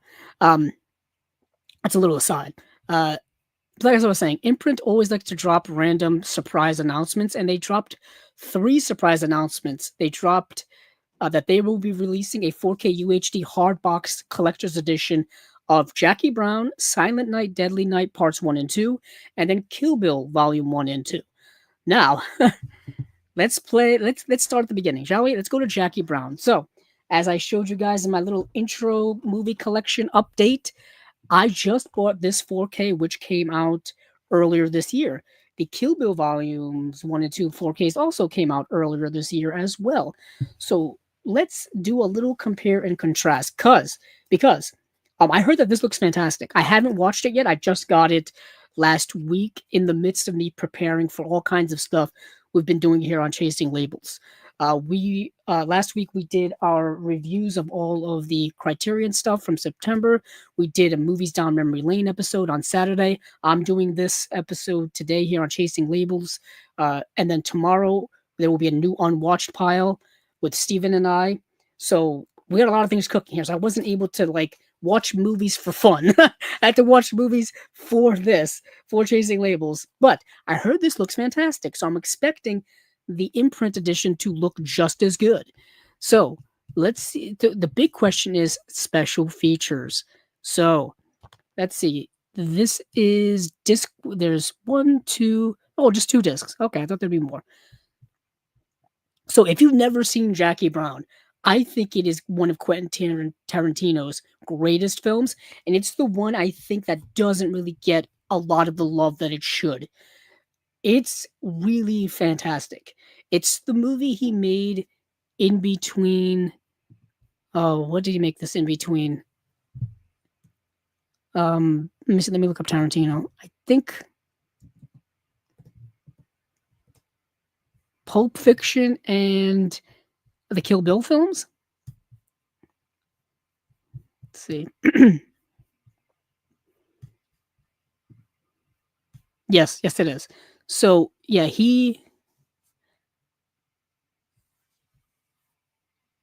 it's the one he did in between those two, and I feel like it gets kind of lost in that shuffle.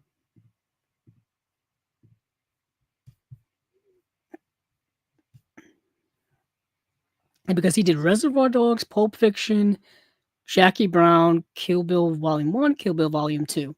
Okay, so it gets kind of lost in there. You know, it's sandwiched in between two of his more culturally known movies. But I think it's fantastic. Robert Forster, you've got just an incredible cast. Robert De Niro, actually the cast is on the front here. Pam Grier, Sam Jackson, Robert Forster, Bridget Fonda, Michael Keaton, and Robert De Niro. Michael Keaton's in like one scene. Oh no, he's not. No, he's in this movie. He's in one scene and Out of Sight. I get that confused. So he's in one scene and Out of Sight, but he's in this movie a lot more. And yeah, I really love this movie a lot. It's based off of a book by Elmore Leonard. I think it's Rum Punch. No, not Rum Punch. Let me actually go. See, I should have looked this up. Not rum. The rum. No, is it Rum Punch? Hold on. Maybe it is Rum Punch. I need a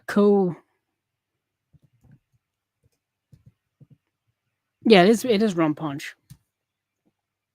I was thinking of Rum Diary, which is something completely different. So yeah, so Jackie Brown, like I said, I think it's one of Quentin Tarantino's most underrated films. I think it's fantastic. So disc 1 is just the movie on 4K. It says 2160p ultra high definition presentation on 4K UHD with Dolby Vision and HDR10. Now, I'm going to keep up the details about this original 4K. So yeah, this original 4K has the Dolby Vision and HDR10. Just to do a little side by side comparison. So disc 2 for the Imprint edition is a Blu-ray of the movie, and it has breaking down Jackie Brown.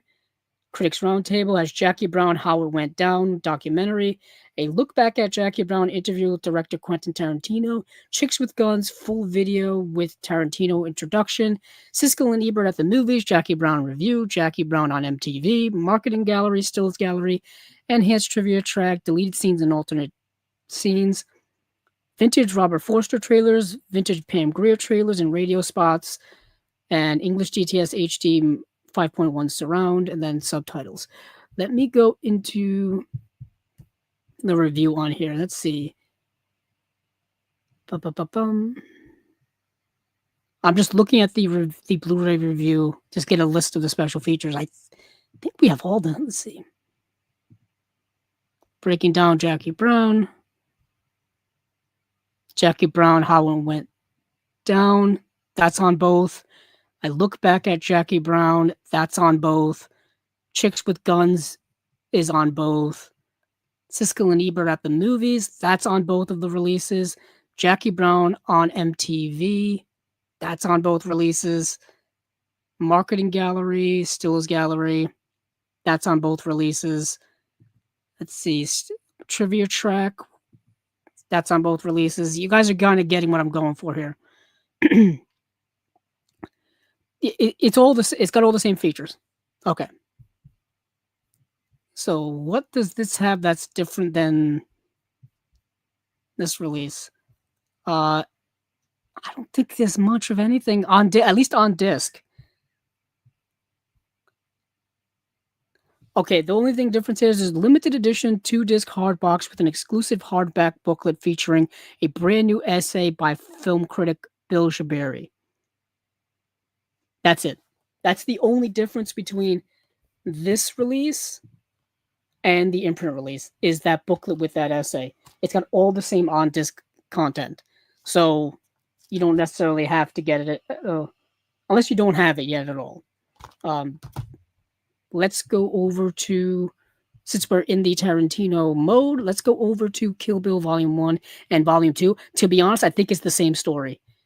I just doing a tangential look before at this, when it was announced, I think it's the same. It's the same thing.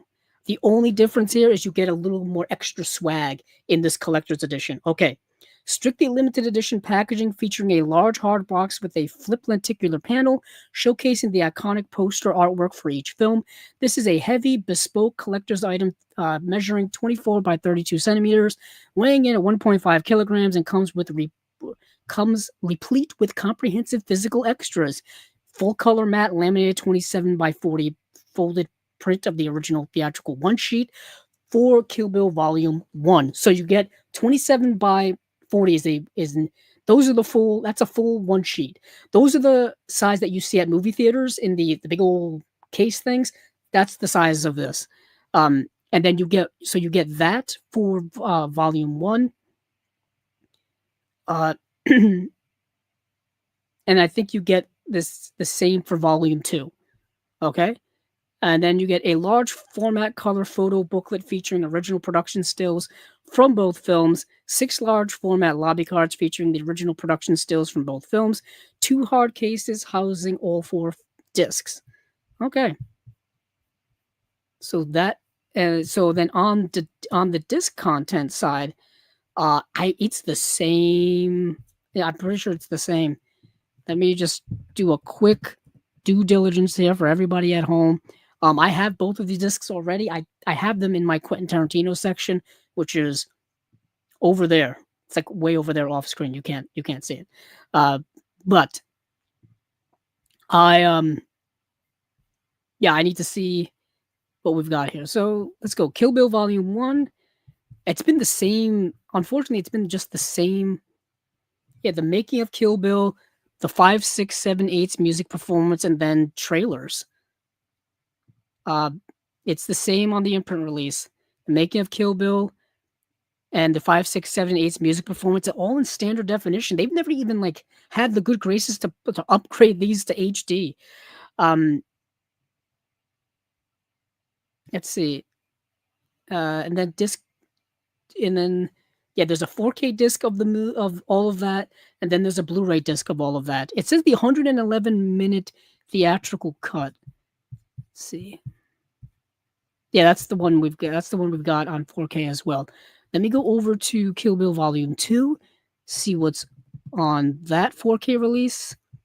Doing a little compare and contrast here between the releases from Lionsgate and the releases from Imprint, just to keep everybody back on track here. So let's see, Kill Bill Volume 2. Let's see, we have the making of Kill Bill Volume 2, Damo deleted scenes, Chingon music performance. Chingon, yeah. So disc 3, yeah. So the making of Kill Bill, deleted scene, music performance, same exact stuff on both releases. And then you've got a 4K release of the movie, and then a Blu-ray release of the movie. So it's all the same. It's all the same except for the little extra bells and whistles for this set, for this Kill Bill set. So if you want the cool extra stuff, if you don't own Kill Bill on 4K UHD yet, you may want to pick up this set because you do get a bunch of little extra stuff. You get some big old posters as and that's about it. You get some big posters. You get a photo booklet. Uh, you get 6 lobby cards. But you get the same exact on disc content that you get from the Lionsgate releases here in the US. Okay. Okay. Well, like I said, a lot to go over. And then just for the rest of it, let's go to Silent Night, Deadly Night. So Silent Night, Deadly Night, parts 1 and 2. You get it's 4K UHD plus Blu-ray plus VHS limited edition. See, now that's interesting. So let's see. The strictly limited edition packaging features a large hard box with spot gloss treatment and snow-like partial grit finish. This is a heavy bespoke collector's item, feet measuring 24 by 32 centimeters, weighing in at 1.5 kilograms. Comes replete with comprehensive physical extras: 3 full-color matte laminated 27 by 40 posters for Silent Night, Deadly Night, a full-color laminated 27 by 40 folded poster for Silent Night, Deadly Night Part 2, a reproduction of the original 1984 press kit for Silent Night, Deadly Night, and then 8 replica lobby cards featuring original production stills from both films, a reprint of issue number 1 of the official Silent Night, Deadly Night comic adaptation from American Mythology Productions, and a 3D lenticular hard case housing all 4 discs. So, the first disc is Silent Night, Deadly Night, theatrical cut on 4K. 2160p ultra high definition presentation of the 82-minute theatrical cut on 4K UHD with Dolby Vision and HDR10.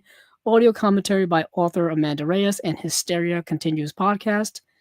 That's it. And then disc 2 is the movie on Blu-ray, which has that same commentary.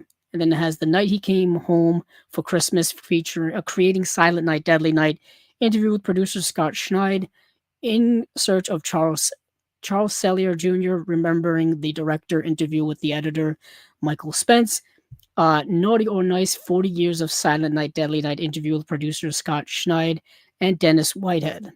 And then disc 3 is Silent Night, Deadly Night unrated cut Blu-ray.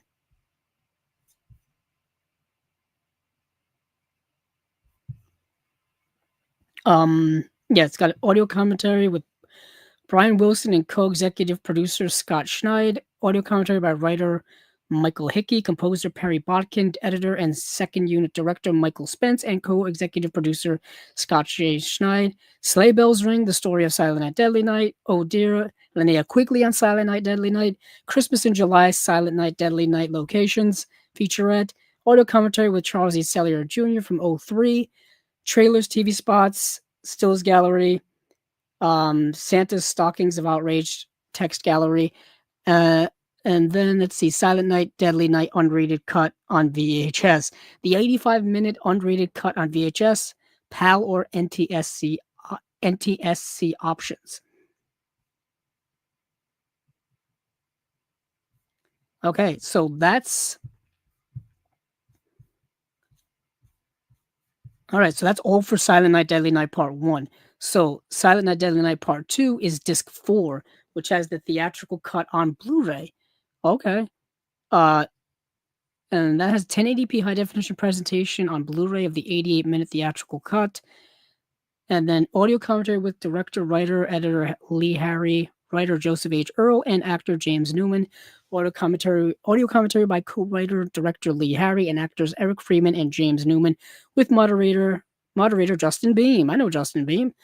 Sleigh Bells Ring Again, the story of Silent Night, Deadly Night Part 2. I Don't Sleep, a conversation with Christopher Biggs. Garbage Day are here again. Silent Night, Deadly Night Part 2, filming locations, featurette.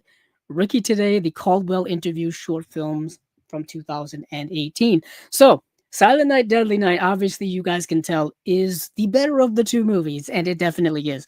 Silent Night, Deadly Night Part 2 is mostly a clips movie of the first film for a good half of the movie, and then it gets into like its own plot, which is not very good. But it's got the most famous line in the franchise, "Garbage Day," which is hilarious. Hilarious. The movie is hilarious too. It's one of those so bad it's good movies. But that is it for Silent Night, Deadly Night parts 1 and 2, 4K UHD plus Blu-ray plus a VHS. You get all kinds of goodies with it as well. So that is it from Imprint. Kill Bill Volumes 1 and 2.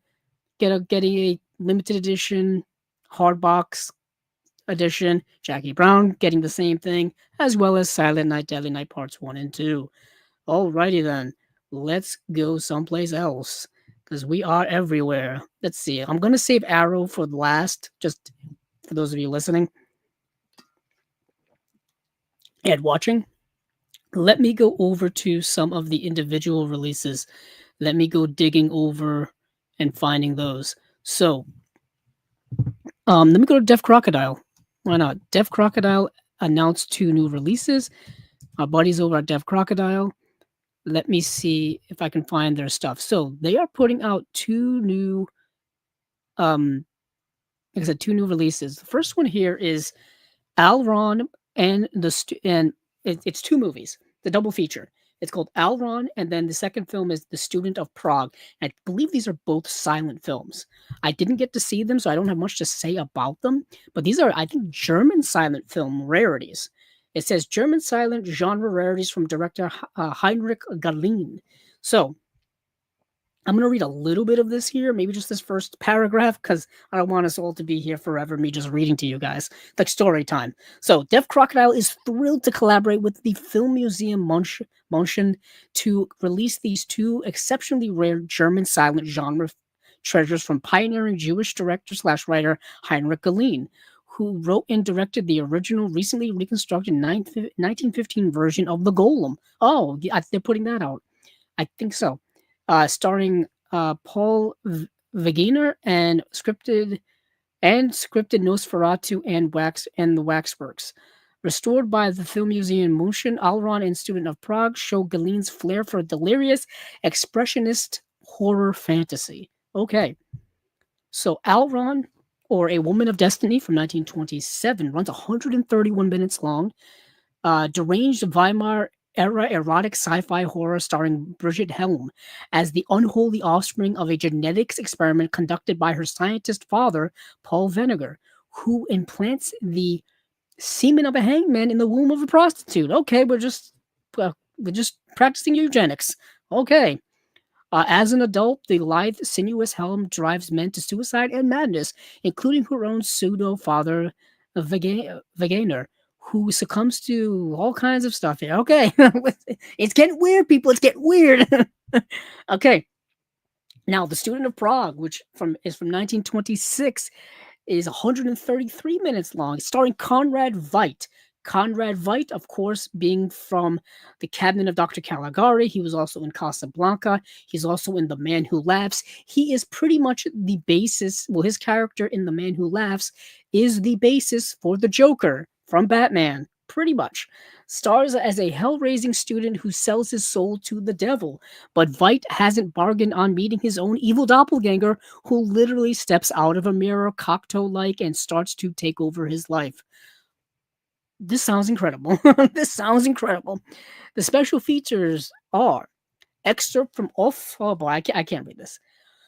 Off. Oh boy, there's an excerpt from a book. So, yeah, excerpts from Off Gefährlichen Spuren from 1924, Film Museum Dusseldorf. That's 15 minutes. This clip from the 1924 crime film is a rare opportunity to see Galeen's work as both writer and actor, alongside frequent collaborator director Harry Peel. A new video interview with Stefan Drossler of the Film Museum München about the preservation of Galeen's films, moderated by Dennis Bartok of Def Crocodile. That runs 90 minutes long. Gee, that's a heck of a feature. New audio commentary with film historian Jan Christopher Horek, former director of the UCLA and Film and TV Archive, and the Film Museum München. Reversible wrap art by Beth Morris. Blu-ray authoring by David Mackenzie of Fidelity in Motion.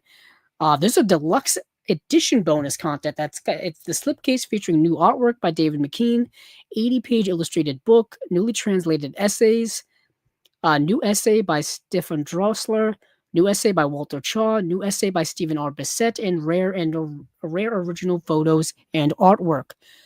A heck of a set. Telling you, Deaf Crocodile does some unique stuff. They do stuff that no one else is doing. Speaking of which, this is something I've never heard of before. Okay. Let's get into this trilogy set here. Let me put it this way. This trilogy set apparently is so controversial, I have to put in my birth date in order to get details about it. Let's see. When was I born? There you are. Okay. So I had to verify my age in order to go to the website's page about this. So this is the 2551 trilogy, 4-disc deluxe limited edition. So I have no idea what this is about. Not a clue in the world. So we're going to learn this together. So imagine Mad Max run amok in the Mutant Museum, a nightmarish subterranean world of superstition, magic, and deformity, ruled by fear and oppression and peopled with a spine-chilling assortment of mutants and masked monstrosities, including faceless stormtroopers, parasites, nude figures, taxidermied monkeys, alchemists, and other occult horrors. Welcome to the unearthly visions of Austrian artist and director Norbert, Pfaffenbichler's 2551 trilogy, a staggering combination of avant-garde cinema, post-apocalyptic sci-fi horror / monster action, dystopian political nightmares, silent cinema techniques. All three features are told without dialogue with different color tinting. Endless subterranean labyrinths shot in abandoned World War II bunkers in Vienna, myriad grotesque masks, industrial and death metal music. The bros Quay and Jan Svachmacher and Joel Peter Whitkin and David Lynch all mixed together. Definitely not for the faint of heart. This is the experimental filmmaking for fans of Silent Hill, Hellboy 2, Eraserhead, Mad God, and Begotten. Oh, boy.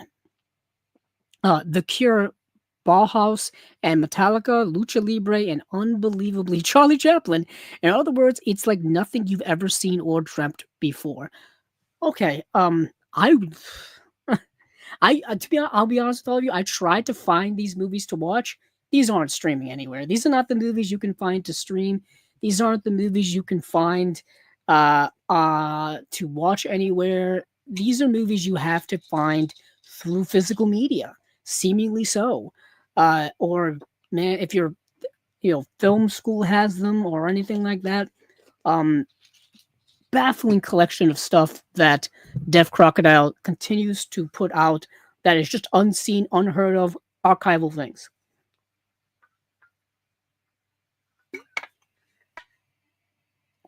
So, I tip my hat, if I was wearing one, which I'm not, to them for putting out this type of stuff. So this is the 2551 trilogy, or 2551 trilogy. I literally have no idea how to say it because I've never heard of this before, but I'm curious beyond all belief to watch it. This is my type of stuff. Just the movies of avant-garde absurdity, of surrealism, of things that make absolutely no sense. That is my type of stuff. So that is it for Deaf Crocodile, Alron, and The Student of Prague, that double feature. And we got the 2551 trilogy set as well. I'm not sure when these are coming out. They are available to pre-order on their website, as well as oh, okay. So I guess it's coming out maybe later this year. It just says this item is included in the current July through December of 2025 subscription.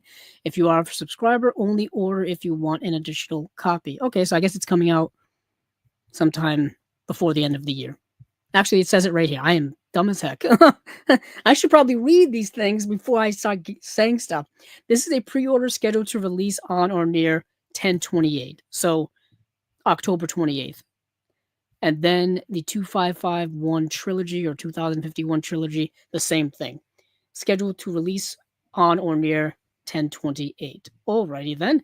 Now we will be going over to Second Sight. So, Second Sight is putting out their own versions of two movies we all know of, or at least many of us do. That will be Pearl and Maxine, the second and third film in the X trilogy, if you will, or the Pearl trilogy. I don't even know what we're calling it, to be quite honest. All I know is that I already have all three of the movies, including these two, obviously. So I don't really need these releases, but it's Second Sight, and they put out such great stuff that I almost want to get them, but I without having X, it's an incomplete trilogy, and that stuff just drives my OCD insane. So this is the Ty West trilogy of movies that have come out over the last few years that I know I've talked about a bunch of times. I know all of you, many of you listening, own already, seen already. So it's X, Pearl, and then Maxine. Those are the three movies. They people were commenting on when this was announced. Is X going to be coming later, or why couldn't you get X? And basically, Second Sight said they weren't able to license it, so they weren't able to get it to put it out. Like I said, with my OCD, getting Pearl and Maxine without having X as a Second Sight release would drive me crazy. It would drive me crazy. So let's get into it here. Specifically special feature vibe wise, because so Pearl is kind of the prequel to X, if you will. I don't need to explain the movie. Many of you have seen it. So, presented in HDR with Dolby Vision and Dolby Atmos, new audio commentary by Alexandra Heller Nicholas. Damn it. Right off the bat, it already has an extra feature that I want. Bold choices, a new interview with director Ty West. The Mother, a new interview with actor Tandy Wright. Absorb the Aesthetic, a new interview with director of photography Elliot Rocket. Going Technicolor, a new interview with production designer Tom Hammock. Hollywood Goes West, a video essay by Joe Wallace. Coming Out of Her Shell, and then Time After Time. For the interest of my sanity, let me check what we got here. So for Pearl on Blu-ray, keep in mind we only ever got Pearl on Blu-ray here. We never got a 4K release of this, and I believe this edition is it's in 4K. Okay, so that's already an upgrade. Yes, for special features we got Coming Out of Her Shell, Time After Time, and that's it. So we got 2 features on the Blu-ray here. That's it. Okay.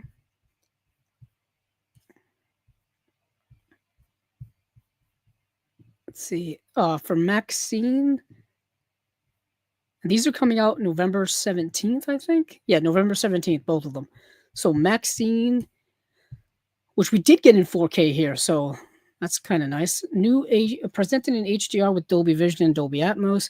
New audio commentary by Bill Ackerman and Amanda Reyes. Back to the Blank Page, a new interview with director Ty West. Money on the Screen, a new interview with producer Jacob Jaffe. B-Movie Aesthetic, a new interview with director of photography Elliot Rocket. Curating Space, a new audio interview with production designer Jason Gisvardi. The Whole World's Gonna Know My Name, Cat Hughes on Maxine.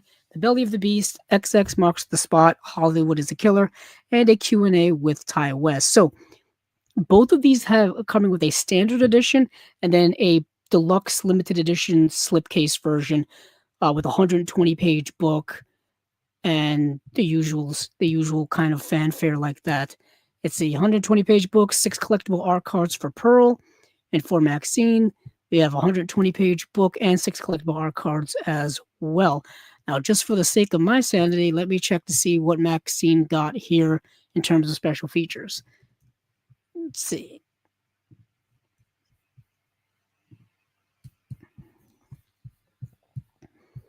So Maxine here got the Belly of the Beast special feature, and then XX marks the spot, and then Hollywood is the killer, and a Q&A with director Ty West. So we've got some things here, but obviously Second Sight does always usually add their own unique special features, which they did in this case. So I don't know. It really all depends on how big of a fan you are of these movies, how big of a fan you are of Second Sight. I'm a big fan of Second Sight and what they do, but like I said, I already own the movies, and they're not putting out X, so that that makes my OCD go a little crazy.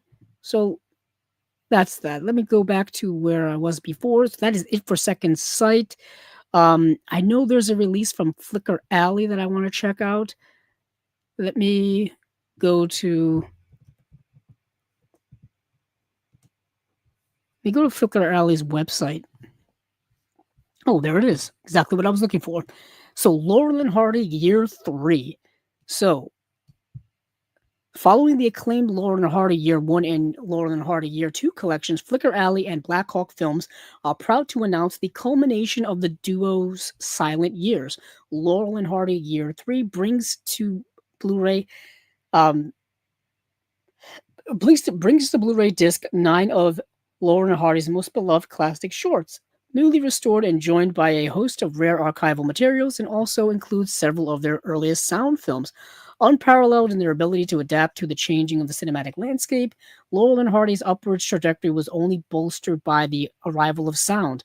Their first sound short, appropriately titled "Unaccustomed," as we are, begins to incorporate sync sound gags, and was so well received by audiences that the duo would go on to win the Academy Award for the Music Box just a few years later, an impressively rare feat for the time. So the restored shorts on this collection of Laurel and Hardy Year 3 are Liberty, Wrong Again, That's My Wife, Big Business, Unaccustomed as We Are, Double Whoopee, Birthmarks, Bacon Grabbers, and then Angora Love. And these are all from 1929. Coincidentally, I believe that Classic Flicks is putting out a volume 1 set of early 30s Laurel and Hardy stuff, so their sound era stuff. I think that was just announced today. So keep that in the back of your mind. So each film has newly recorded scores from some of the best silent film composers working today. A fascinating historical glimpse into a rapidly evolving cinematic landscape. Laurel and Hardy, Year 3, delivers timelessly hilarious gags as undeniably funny today as they were nearly 100 years ago. So there's audio commentary tracks for each film. There's additional musical scores. Laurel and Hardy on Location Year 3, a video essay by historian John Bankston on selected location exteriors.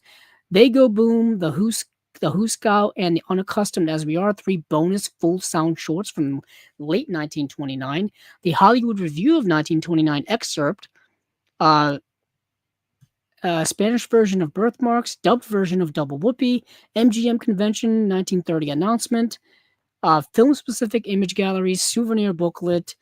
Yeah, this is a nice set. This is coming out November 11th. If you're a silent film fan, if you love Laurel and Hardy, these sets are really, really good. Yeah, Flickr Alley does really great work with a lot of older things. I know they work a lot with the Film Noir Foundation, which is which is Eddie Muller's company, and they put out a lot of things like that, a lot of deep archive film noirs. They put out all kinds of stuff, really good things, especially from the silent era. They just put out that movie, He Who Gets Slapped, which is fantastic. They put out a box set called Champagne and Caviar, which is 4 Weimar Republic comedies. The Weimar Republic being the government of Germany in between World War I and World War II. Well, mostly World War I and then the 1930s. They put out a bunch of Charlie Chaplin shorts, just good stuff. Good stuff from Flickr Alley. I want to make sure to mention that. So there's a couple of other things here. Howard's End. Okay, let me go over to look up the. So Howard's End is a James Ivory film. Howard's End got a Blu-ray release back in 2009 by Criterion. It got a Blu-ray release in 2016 by Cohen Media Group, and now it's getting a 4K release by the Cohen Media Group in November, on November 18th. So Howard's End, like I said, is a Merchant Ivory production. It's a James Ivory directed film. It's a movie that I really like, starring Anthony Hopkins, Vanessa Redgrave, Helena Bonham Carter, Emma Thompson. It's I think it's early 20th century period piece. A saga of relations and changing times in Edwardian England. Yeah, so Edwardian England is the period of English history from 1901 to 1910, when you guessed it, there was a king named Edward. so, um, so yes, the film centers on liberal Margaret Schlegel, Emma Thompson, who, along with her sister Helena Bonham Carter, become involved with two couples: wealthy conservative industrialist Henry Wilcox, Anthony Hopkins, and his wife Ruth, Vanessa Redgrave, and the downwardly mobile working class Leonard Bast, who's portrayed by Samuel West, and his mistress Jackie, portrayed by Nicola Duffett. The interwoven fate and misfortune of these three families and the diverging trajectories of the two sisters' lives are connected to the ownership of Howard's End, the dying Ruth's beloved country home.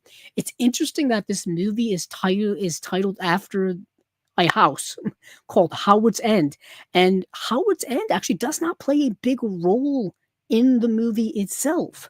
You have to see the movie to understand what I'm saying, for the fascination of it all. But incredibly well acted film. You have some elite acting going on here. If you love dramatic period pieces, this is your thing. If you're fans of, let's say, Downton Abbey or something like that, this is your stuff. It's definitely your stuff. Let's see. Disc 1 is the 4K disc, 4K restoration of the movie, audio commentary by film critics Wade Major and Leo Lowenstein. Disc 2 is the Blu-ray of the movie, same 4K restoration, same audio commentary. Disc 3 is special features. Returning to Howard's End, James Ivory in conversation with Lawrence Kardish, interview with James Ivory and Vanessa Redgrave, Q&A with James Ivory, a 1992 behind-the-scenes featurette, building Howard's End, the design of Howard's End, James Ivory remembers Ishmael Merchant, and then original theatrical trailer and the 2016 re-release trailer. So I've been wanting to buy this Blu-ray for 9 years, and now it's getting released in 4K. So now I have my renewed opportunity to buy it. We call that collector's redemption, people. Collector's redemption. Yeah, it's definitely worth owning. I was kind of holding out hope that perhaps Criterion would get the rights back and re-release their Blu-ray, which is long out of print, but it doesn't look like that's going to be the case. So get this edition while you can. I heard the Blu-ray looked phenomenal back when it came out in 2016, so I assume that this 4K is going to look even better. And Cohen Media Group does really good work when it comes to the picture quality of their movies. I have a couple of their things in my collection. I've got, I think I've got 4 volumes of their Buster Keaton collection, plus a couple of other movies here and there. So they do really good work. They're kind of a subsidiary of Kino now, so you'll find a lot of their stuff embedded in the Kino sales that they have on their website. So let's see what else we've got. I think I'm going to go to Eureka and then Arrow, and then we'll be done. Okay, Eureka, then Arrow, then done.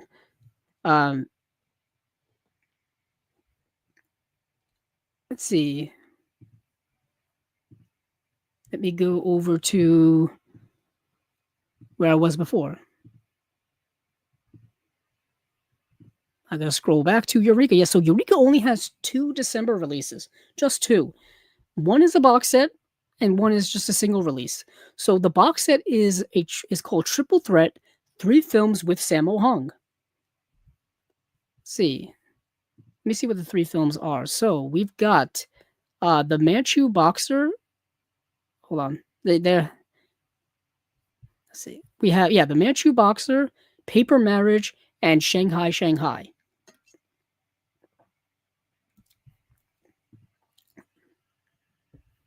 These are coming out December 9th in the US and December 8th in the UK.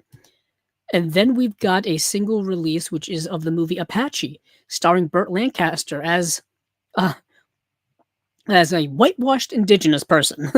We'll get to that in a second. It's a movie directed by Robert Aldrich. But the triple threat 3 films with Sammo Hung. Let's see. Yeah, I didn't get to see any of these movies, so I don't have much to say about them. Um, let's see. In Wuma's The Manchu Boxer, Hong, who doubles as the film's fight choreographer, plays the villainous foil to a roaming martial artist who enters a boxing tournament to defeat a gang of bandits. Then in the action comedy Paper Marriage, Hong stars as down on his luck Chinese boxer living in Canada who is paid to marry an immigrant from Hong Kong, who happens to be Maggie Chung. Okay. She wants to gain Canadian citizenship, but he just wants to keep the loan sharks off his back. Finally, in Shanghai, Shanghai, a young man, Wen Bao, goes looking for his brother, a police officer in the big city, and also finds himself embroiled with a ruthless gangster played by, you guessed it, Sammo Hung. All right, so for special features for this triple feature box set, we've got brand new 2K restorations of the original Hong Kong theatrical cuts of all 3 films. Bonus disc exclusive to this set only is a 1080p presentations from brand new 2K restorations of the extended international versions of The Manchu Boxer and Shanghai, Shanghai. Got original mono audio tracks, optional English dubs, optional English subtitles, newly translated for this release. New audio commentary on The Manchu Boxer with East Asian expert, film expert, Frank Zhang, and martial artist and filmmaker Michael Worth. New audio commentary on Paper Marriage with genre film experts on Venema and Domani Ting. New commentary on Shanghai, Shanghai with Frank Zhang and producer/writer F.J. DeSanto. New interview with Paper Marriage director Alfred Chung. And that's it. Next is the movie Apache, directed by Robert Aldrich. Robert Aldrich, I'm pretty sure many of you have seen a Robert Aldrich movie. Whatever Happened to Baby Jane, that's Robert Aldrich. The Dirty Dozen, that's another Robert Aldrich film. Let's see. Following the surrender of Geronimo to the United States Cavalry, Masai, who's portrayed by Burt Lancaster, becomes the last remaining Apache warrior. So you have Burt Lancaster as an Apache warrior. Keep in mind, this movie came out in 1954. Yeah, this movie came out in 1954. Okay, so let's roll with it. Hollywood has been whitewashing characters forever. So after he is captured by the American military and put on a prison train to be forcibly resettled on a reservation in Florida, all seems lost, but Masai manages to escape his captors and sets out to return home, where he hopes to settle down with Nalinel and farm the land. But as the frontier shrinks rapidly by the day, returning to his homeland will not be so easy. One of the earliest westerns to feature a sympathetic Native American protagonist fighting back against the white settlers who swept across the United States throughout the 19th century, Aldrich's first western is a landmark film in the history of the genre, I guess. The Masters of Cinema series is proud to present Apache for the first time on Blu-ray in the UK. So, for special features, high-definition transfer, uncompressed original monaural audio, the story of Masai, new interview with Austin Fisher, author of Radical Frontiers in the Spaghetti Western. The Last Sunset in Veracruz, new interview with film historian Sheldon Hall on Robert Aldrich and the Western. Okay. What's crazy is I have a Robert Aldrich section in my collection, so if I ever want to complete it, I need to get this movie, and this movie is actually not bad. Whitewashing aside of Burt Lancaster as an indigenous person, it looks as ridiculous as you are imagining it in your head. It's because of the times, because of the times. There's another Robert Aldrich film that I want to recommend to people. I think he did the movie Kiss Me Deadly. Let me look it up. He also did The Flight of the Phoenix from 1965, which is very good. Hush, Hush, Sweet Charlotte. I that had a Twilight Time Blu-ray release several years ago. That needs another release, in my opinion, because that's a really good movie. Let's see. Yeah, he did Kiss Me Deadly. He did The Big Knife. He did the movie Veracruz.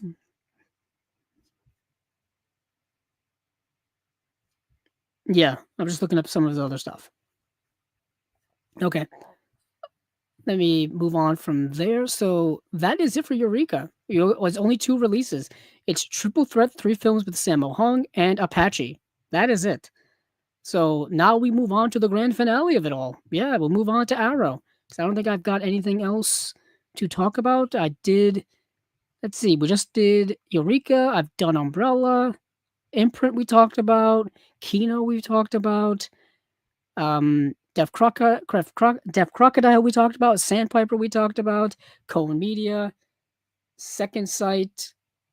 Flicker Alley. All right, let's go over to Arrow because they are having their December titles. Now, I've got to go actually to Arrow's website proper to get a list of proper special features for the Teenage Mutant Ninja Turtles trilogy set because the Blu-ray.com post does not have them.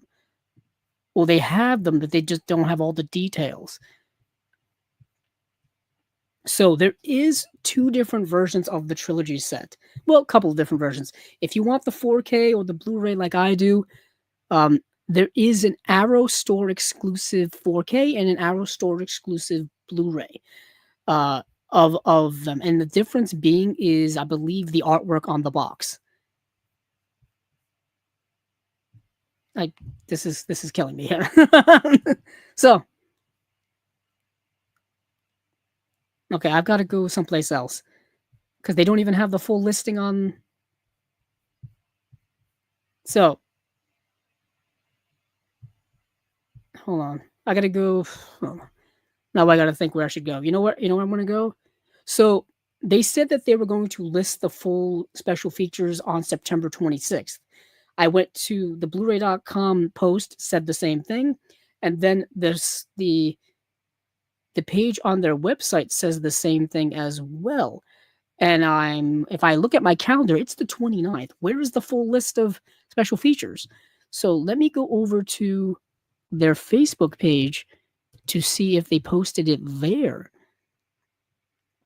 If not, I don't have much to say about it because we've already talked about the set. So let me go over to Arrow Video's Facebook page and see what's cooking over there. If not, I can go try our friend Just the Discs, our friend Ryan Verrill, because he usually lists off everything. But he's usually just reposting what the companies post. So if the companies haven't posted, I am. Let's see. Okay, they're just showing that. Let me see.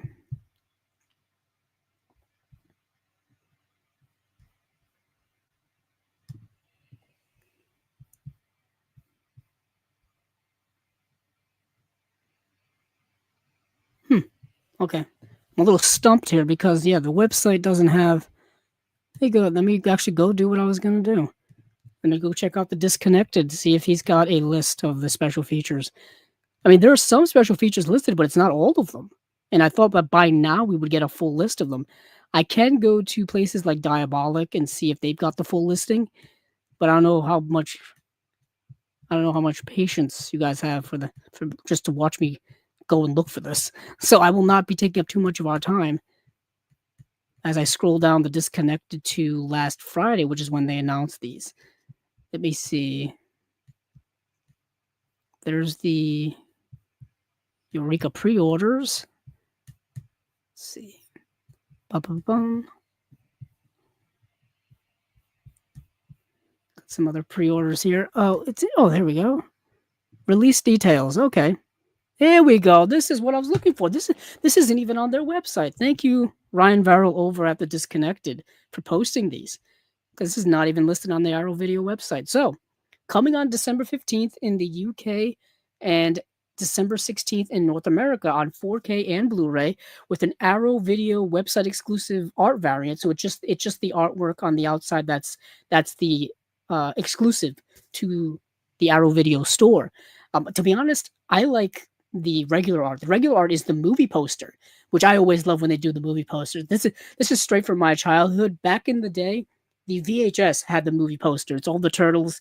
They're opening up the manhole cover and they're all looking out. It's perfect, absolutely perfect. So, 3-disc 4K Ultra HD limited edition contents. I'll be honest, I've said it when this was announced, and I'll say it right here. This is my most anticipated release of the year. This release means everything to me. This really means everything to me. So, brand new 4K restoration of all 3 films by Arrow Films, 4K Ultra HD Blu-ray presentations in Dolby Vision with HDR compatibility of all 3 films, perfect bound collector's booklet in the style of a Roy's Pizza menu, featuring new writing on the films by Simon Ward, John Torani, and John Walsh, reversible sleeve featuring original and newly commissioned artwork by Flory, double-sided fold-out poster featuring original artwork from Teenage Mutant Ninja Turtles, and the map of the Kappa Realm, a stylized recreation of the ancient scroll that appears in Teenage Mutant Ninja Turtles 3, 2 additional double-sided fold-out posters featuring original and newly commissioned artwork by Flory, 8 character trading cards, Roy's Pizza loyalty card, 4 character stickers as well. So, our friend who's been on Chasing Labels at least 4 times. Our friend Scott Saslow worked on this release, as I mentioned that before, but now that all the details are out, he is the one. He worked on the layout, the booklet design, and the creation of the Roy's loyalty card and the trading cards. That's all our friend Scott Saslow. He did all of that. So special shout out to Scott for all that work that he did. Um, uh, so let's see. I lost my place. Okay, so disc 1 is the Teenage Mutant Ninja Turtles 1990 movie. This is the big one for me. It's my favorite Turtles movie ever. It's the one I watched over and over as a kid. I would reenact this movie while watching it as like a 3-4-year-old kid. So you get a 4K restoration of the film from the original camera negative by Arrow Films, approved by director Steve Barron, 2 lossless stereo mixes, original theatrical mix, and alternate Warrior mix, I don't know what the heck that is, plus newly remixed Dolby Atmos audio, optional English subs for the deaf and hard of hearing. Let's see what else we've got. New audio commentary with director Steve Barron, new commentary with comic expert and podcast host Dave Baxter, Rising When We Fall, new interview with director Steve Barron, Turtle Talk, new interview with actors Robbie Rist, Brian Taki, Ernie Reyes Jr., and Ken Scott, O'Neill on the Beat, new interview with actor Judith Hogue, Wet Behind the Shells, new interview with producer Simon Fields, Beneath the Shell, new interview with puppet coordinator and second unit director Brian Henson, and Rob Tigner, puppeteer for both Splinter and Leonardo. Teenage Mutant Ninja Turtles Turf, new featurette exploring the film's location in New York City and North Carolina. Alternate UK version with unique footage prepared for censorship reasons. Interesting. I don't know what they censored. Presented in 4K via seamless branching. Alternate ending from the VHS work print. Alternate Korean footage. And then theatrical trailers and image gallery. That's all just for the first movie. Oh, I'm tired.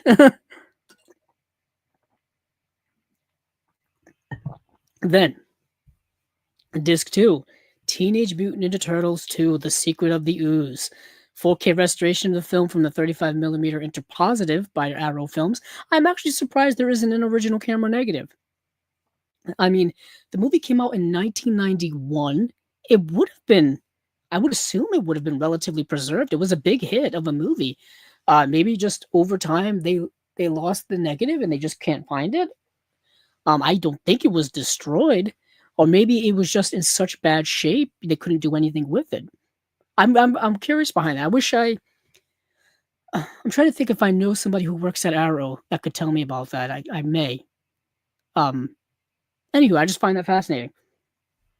Because these were big popular movies. You'd think their stuff would be, like I said, well preserved. Anywho, original lossless stereo audio and optional DTS Master 5.1 surround audio, optional English dubs for the deaf and hard of hearing, new commentary with director Michael Pressman, moderated by filmmaker Jillian Wallace Horvath, John Duprez to the rescue, new interview with composer of the trilogy Don Duprez, Hardcore's new interview with Kenny Wilson, Mold Shop Supervisor at Jim Henson's Creature Shop. The Secret of the Edit, new interview with editor Steve Murkovich. Behind the Shells, an archival featurette from 1991. And then theatrical trailer and image gallery. And then you got the third film, Teenage Mutant Ninja Turtles 3. 4K restoration of the film from the 35mm Interpositive by Arrow Films. Once again, the Interpositive. Let's see. Yeah, the first film had the original camera negative. The second and third had the Interpositive. Okay. Original lossless stereo audio and optional DTS HD Master audio. HD Master 5.1 surround. Optional English subs for the deaf and hard of hearing. New commentary with director Stuart Gillard.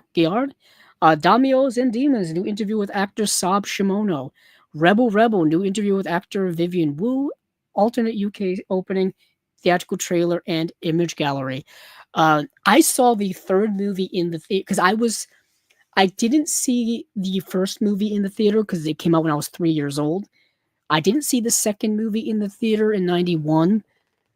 And I saw both of them on VHS. The third movie, it came out in 1993, and I was 6 years old. And I saw that movie in the theater, I think 3 times. I want to say 3 times. I just kept going back to it, over and over again. Then I had it on VHS, and I watched it over and over again. And I know that the third movie is considered the worst of the 3 for many reasons. The costumes look the worst. The plot is kind of ridiculous. Coincidentally, it's kind of straight out of the comics. It's the most comic booky of the 3. And the second movie has basically a nightclub dance sequence with Vanilla Ice. But the third movie is the most comic booky. The first movie is my favorite because of how closely related it is to the original comic book, and also how it incorporates the elements from the 1987 TV series, the animated series, which was massive. I cannot stress to people how big the Teenage Mutant Ninja Turtles were in the late 80s and into the 90s. If you were a kid growing up in that era, chances are you were obsessed with the Turtles. There's a good chance. If you were at that right age, I was, like I said, 3 to 6 years old when these movies came out. By that point, I had the action figures. I had the Halloween costume. I had, like I said, the toys. I think I even had a had a Turtles bedspread. The comforter set.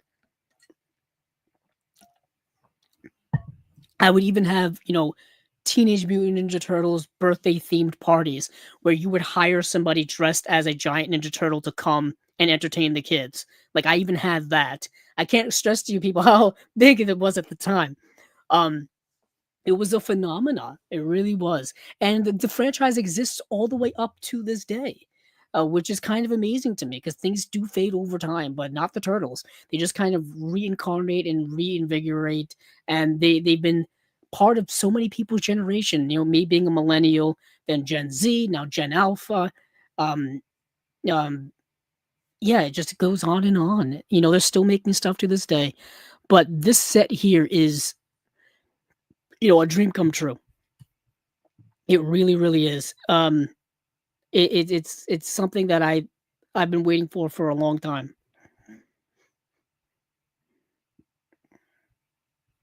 Let's see. We do have some comments here that I've been neglecting to talk about. Um, Unfortunately, no. Let me go. So, Acres and Movies popped back in and asked, any new Jackie Brown features? Unfortunately, no.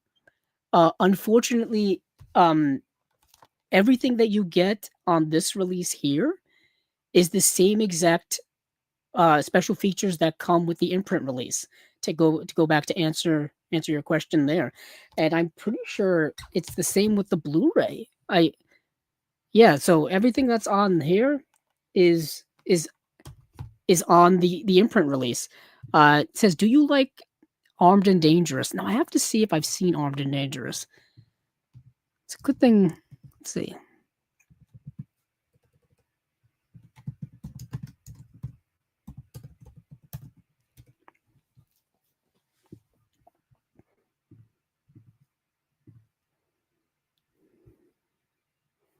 So I've never seen Armed and Dangerous, the John Candy film. So I obviously can't answer that if I whether I like it or not because I haven't seen it. So, do you have a favorite character actor? There are a lot of great character actors that I really, really like. And let me see.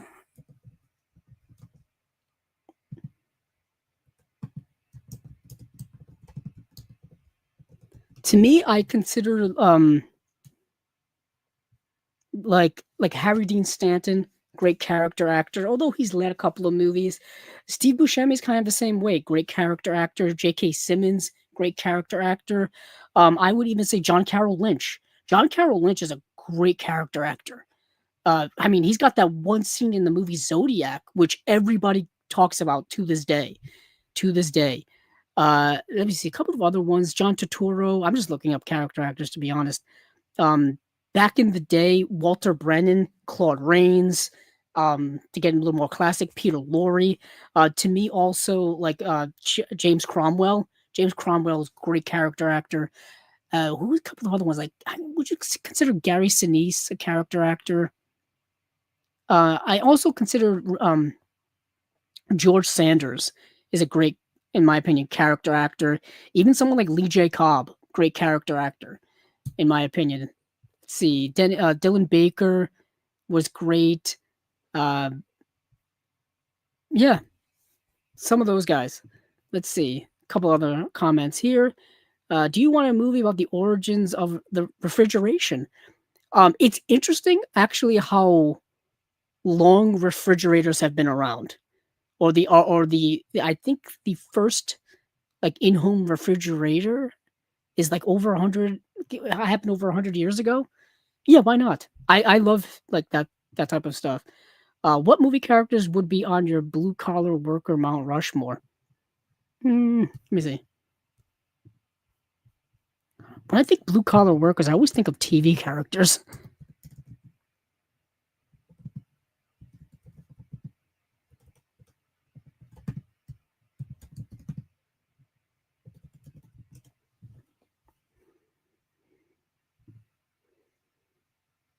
Let's see.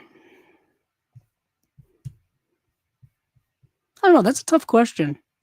I always think of more TV. I think of the movie Blue Collar, to be honest. Um, Interesting. You know what? Just off the top of my head, Wages of Fear. I was thinking about Wages of Fear the other day, because I rewatched Sorcerer like a month or two ago. I rewatched Sorcerer, so I was automatically thinking of Wages of Fear. That, those are like that's like that's those are like that's a tough job, and that's a really really tough job. Um, I don't know. That's a tough question. That's a really tough question. See, I don't think I've ever seen. See if I've seen Boiling Point. Because the movies asks if I've seen the movie Boiling Point and if I like it or not. Let's see, Boiling Point. I think of the movie Boiler Room, which is a movie no one ever talks about. Oh, okay. So this is the movie with Wesley Snipes and Dennis Hopper. I don't think I've seen it, but I've heard of it. I've not seen it. I've got to check it out. Let's see. Sorry, I'm not very helpful. Let's see. Acres of Movie says, "What 80s or 90s RPG video games would you like to see as a movie?" Um, Legend of Zelda. To this day, Legend of Zelda. They've been teasing us about doing something with Legend of Zelda now for many, many years, and nothing has really come of it. I know they're working on something to do with Netflix. I heard a little rumored about lately that they were casting for live action Zelda. Yeah, so Zelda will be it. I mean, Mario, they've already done live action, and it's it's not great, but it's considered a cult classic for crazy reasons. Um, there's, but other than 80s or 90s, I know they've. Let's see. Um, yeah, this. So I mean, other RPGs, World of Warcraft. They tried to make a World of Warcraft movie, and it didn't quite work, which was a shame because thought it was pretty decent. But yet again, I think you have to be really inside baseball to kind of appreciate that movie. I mean, Minecraft just became a massive, massive financial hit, kind of out of nowhere. I mean, the youth movement propelled that movie to damn near $1 billion. Like it was a massive hit. Let's see. Do you have a favorite comedy camping scene in movies? Um, I mean, there's that scene in Blazing Saddles, which is kind of funny. There's also some scenes in City Slickers that are really good. This is completely probably not in line with your question, but the movie Camp Nowhere. I love the movie Camp Nowhere. Uh, because it just this idea of kids running their own summer camp away from their parents was like a kid's dream when I was growing up. Let's see. Do you have a favorite comedy scene in the movie where the person is now down in the dumps after they've lost everything? Sure. Let's see. I can't pull these out of my hat. Down in the dumps after they lost everything. There's a lot of those scenes. Um, let's see.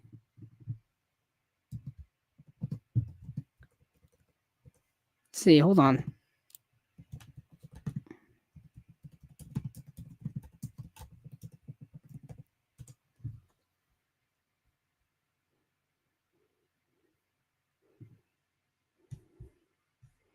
The thing is, like, all of those movies with that premise tend to be dramas. You know what's interesting? I got it. The end of Office Space. The end of Office Space. I don't want to give away the ending, but let's just say the way where Ron Livingston's character ends up at the end of Office Space. Yeah, that's a good one.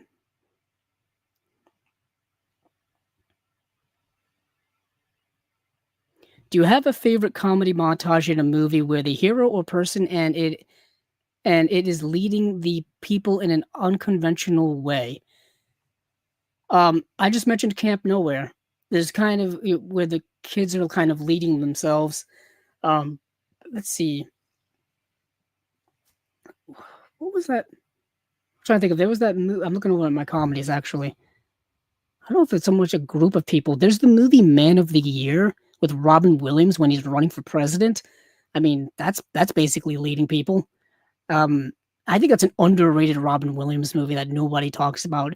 And considering that how crazy our political times have become, I feel like that's a movie people should go back to. Uh, so yeah, there's that. Let's see. I think that's it. Yeah, that's it for catching up on the comments. But let me catch up on the other Arrow releases. So, House with Laughing Windows getting a 4K release. This is a giallo film. This is a giallo film that is kind of nuts. It's kind of nuts. Came out in 1976. It's directed by Pupi Avati. Let's see. Let's see. While typically famed for its lurid technicolor hues and grand Gunal murders, the Italian giallo thriller had a less bombastic side as well, erring less towards exploitation than to art. These lesser seen gems offer some of the greatest rewards for the adventurous viewers among them. 1976, The House with Laughing Windows, directed and co-written by Pupi Avati, rises up as the cream of the crop. Art restorer Stefano arrives at an isolated Italian village to repair a fresco depicting the agonizing martyrdom of Saint Sebastian. The original painter was a death artist, a madman so obsessed with mortality that, according to whispered rumors, he tortured his models in their final moments of life.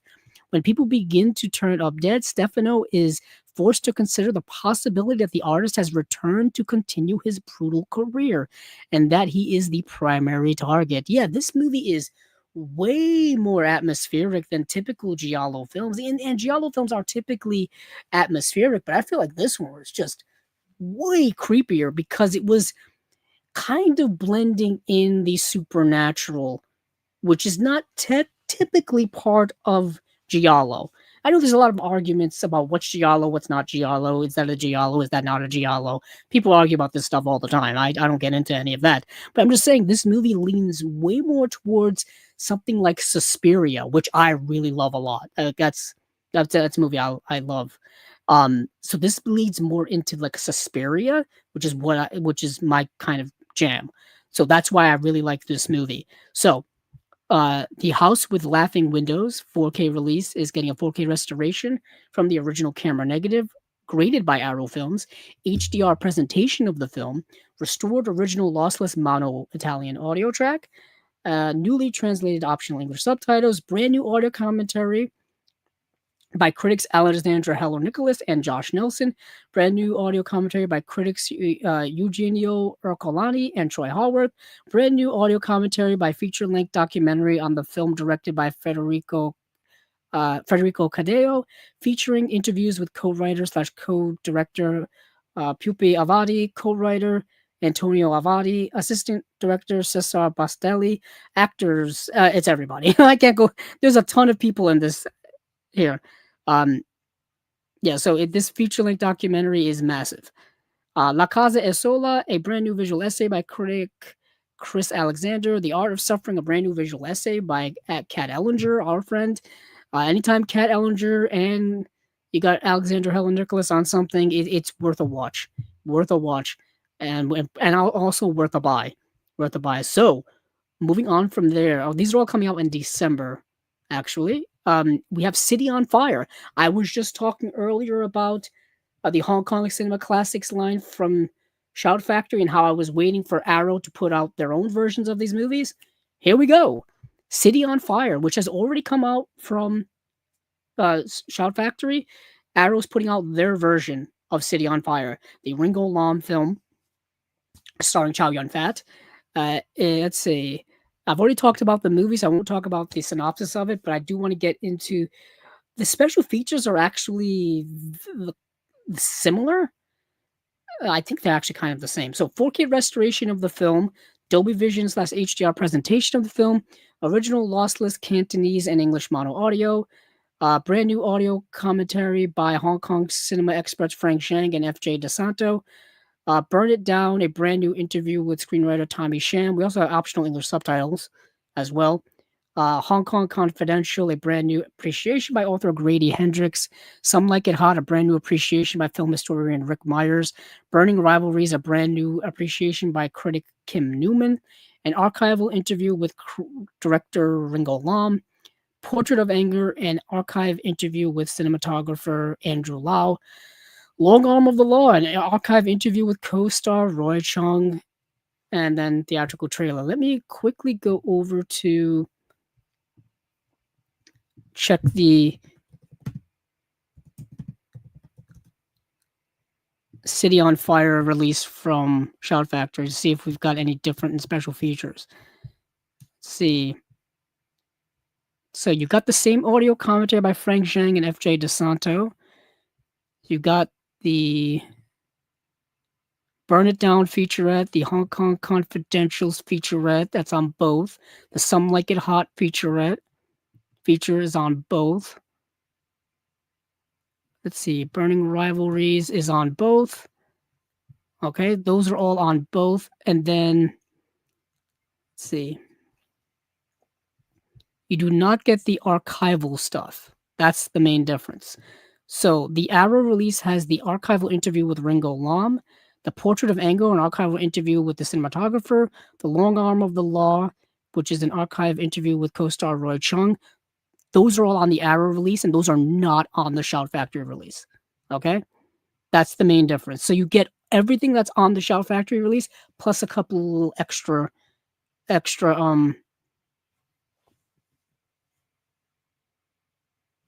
special features. Sorry, I couldn't remember the word special feature. Yes. Okay. Another main difference that people were waiting for was better cover art, better slipcover art, which we are getting. We are getting some elite looking slipcover art by Tony Stella. Tony Sello, who we interviewed here on Chasing Labels once upon a time, he does amazing artwork for movie releases and just amazing artwork in general. So he is doing the cover art for the slipcover. So it looks fantastic. Next, let's go over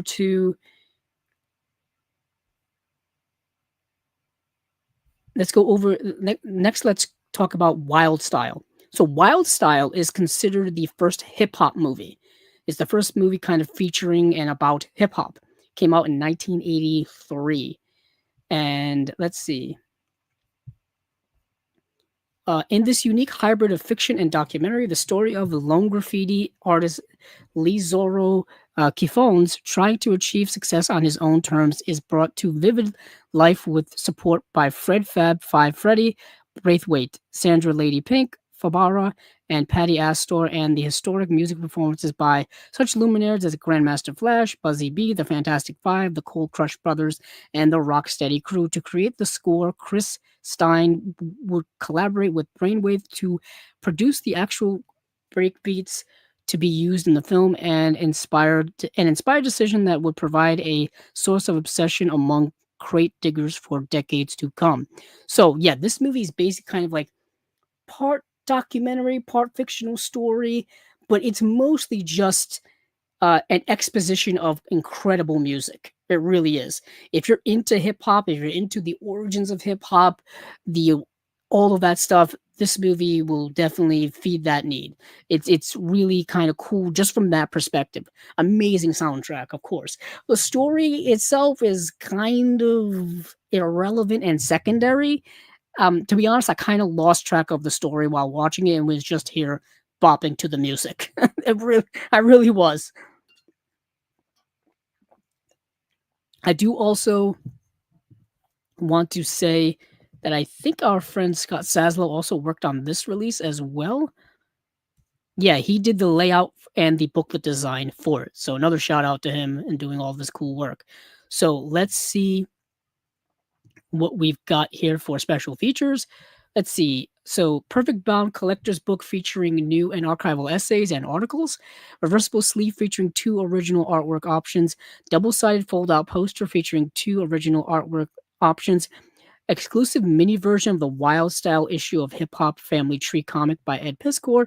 Three Wild Style logo stickers. Disc one. This is a 3-disc set. There's a new 4K restoration from the original 16mm negative by Arrow Films, Dolby Vision and HDR presentation of the film, newly restored original lossless mono audio, optional English audio subtitles, brand new audio commentary with Jeff Chairman Mao and Andrew Monk One Mason, legendary commentary featuring director Charlie Ahern and Fred Fab Five Freddie Braithwaite, Down by Law creating the music of Wild Style, a brand new interview with Charlie Ahern, Chris Stein, and Fred Fab by Freddie Braithwaite. Let's see, disc 2 is the Blu-ray, which is, I believe, just special features. The original story, an interview with Lee Quignon and Fred Fab by Freddie Braithwaite. Studio, Benchmark, an interview with Lee Quinons. Archival footage from Wild Style's 1983 Japanese tour, two-panel discussion, and footage from the Wild Style 40 exhibition.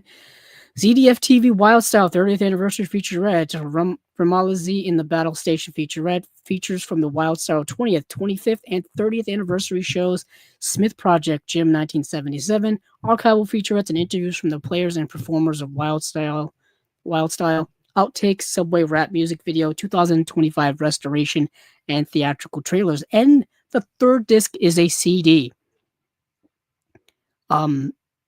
It's got music. It's got music. So, there is also, I think, let me check. I think there's a store exclusive of, let me go check. I think it's a store exclusive where you can get a record. A record of, let's see. Yeah, there is. Yeah, there's a UK and US Wild Style limited edition LP bundle.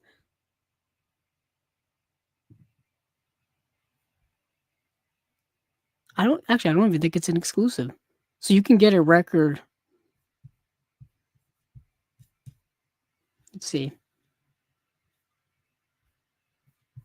Yeah, there's a record that comes with it. That's kind of cool.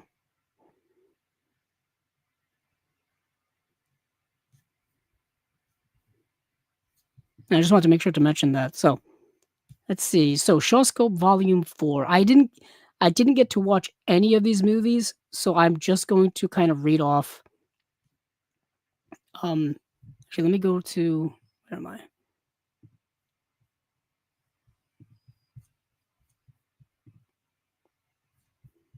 Let me go to the Arrow website. See if I can find. Yeah, I'm not going to go through all the special features because I will be here until, well, it's already nearly midnight, so I'm already in the next day. But let me read off the movies at least. So, like I said, 12. Let me see how many discs we've got here. So 16 movies. There's 16 movies on 10 discs. That's interesting. 16 movies on 10 discs, and the movies are Super Inframan, The Oily Maniac, the the Battle Wizard, Black Magic, Black Magic 2, Hex, Bewitched, Hex vs. Witchcraft, Hex After Hex, Bat Without Wings, Bloody Parrot, The Fake Ghost Catchers, Demon of the Loot, Seeding of a Ghost, Portrait in Crystal, and then Twinkle Twinkle Little Star. Now, going over to the Arrow website, it looks like each movie has at least a commentary or two.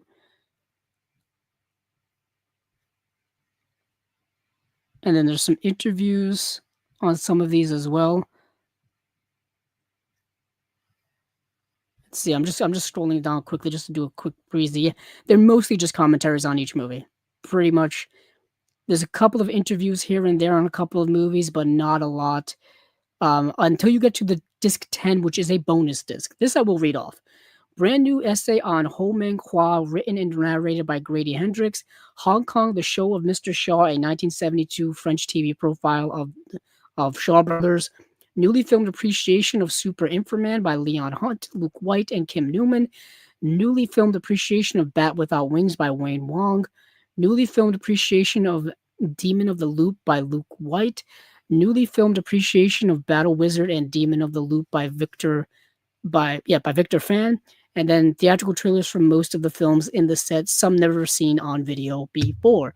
So, like I said, so it looks like it's 16 movies on 9 discs then, because the 10th disc is just special features. So that is Shawscope Volume 4, which is a bright, lovely purple color. I really love the way these sets are. You know, the first one was blue, the second one was orange, the third one was green, and now the fourth one is purple. A lovely, lovely rainbow of colors, if you will. So that is pretty much it for Chasing Labels episode number 174, spy number 174. For those of you who have stuck around this long, thank you. For those of you who are going to watch in the future, thank you as well. For those of you who are just going to listen on the audio, we do have an audio version of the podcast here. It's available everywhere audio podcast can be found. Apple Podcasts, Google, Spotify. There's also a podcast or just audio version here on YouTube as well.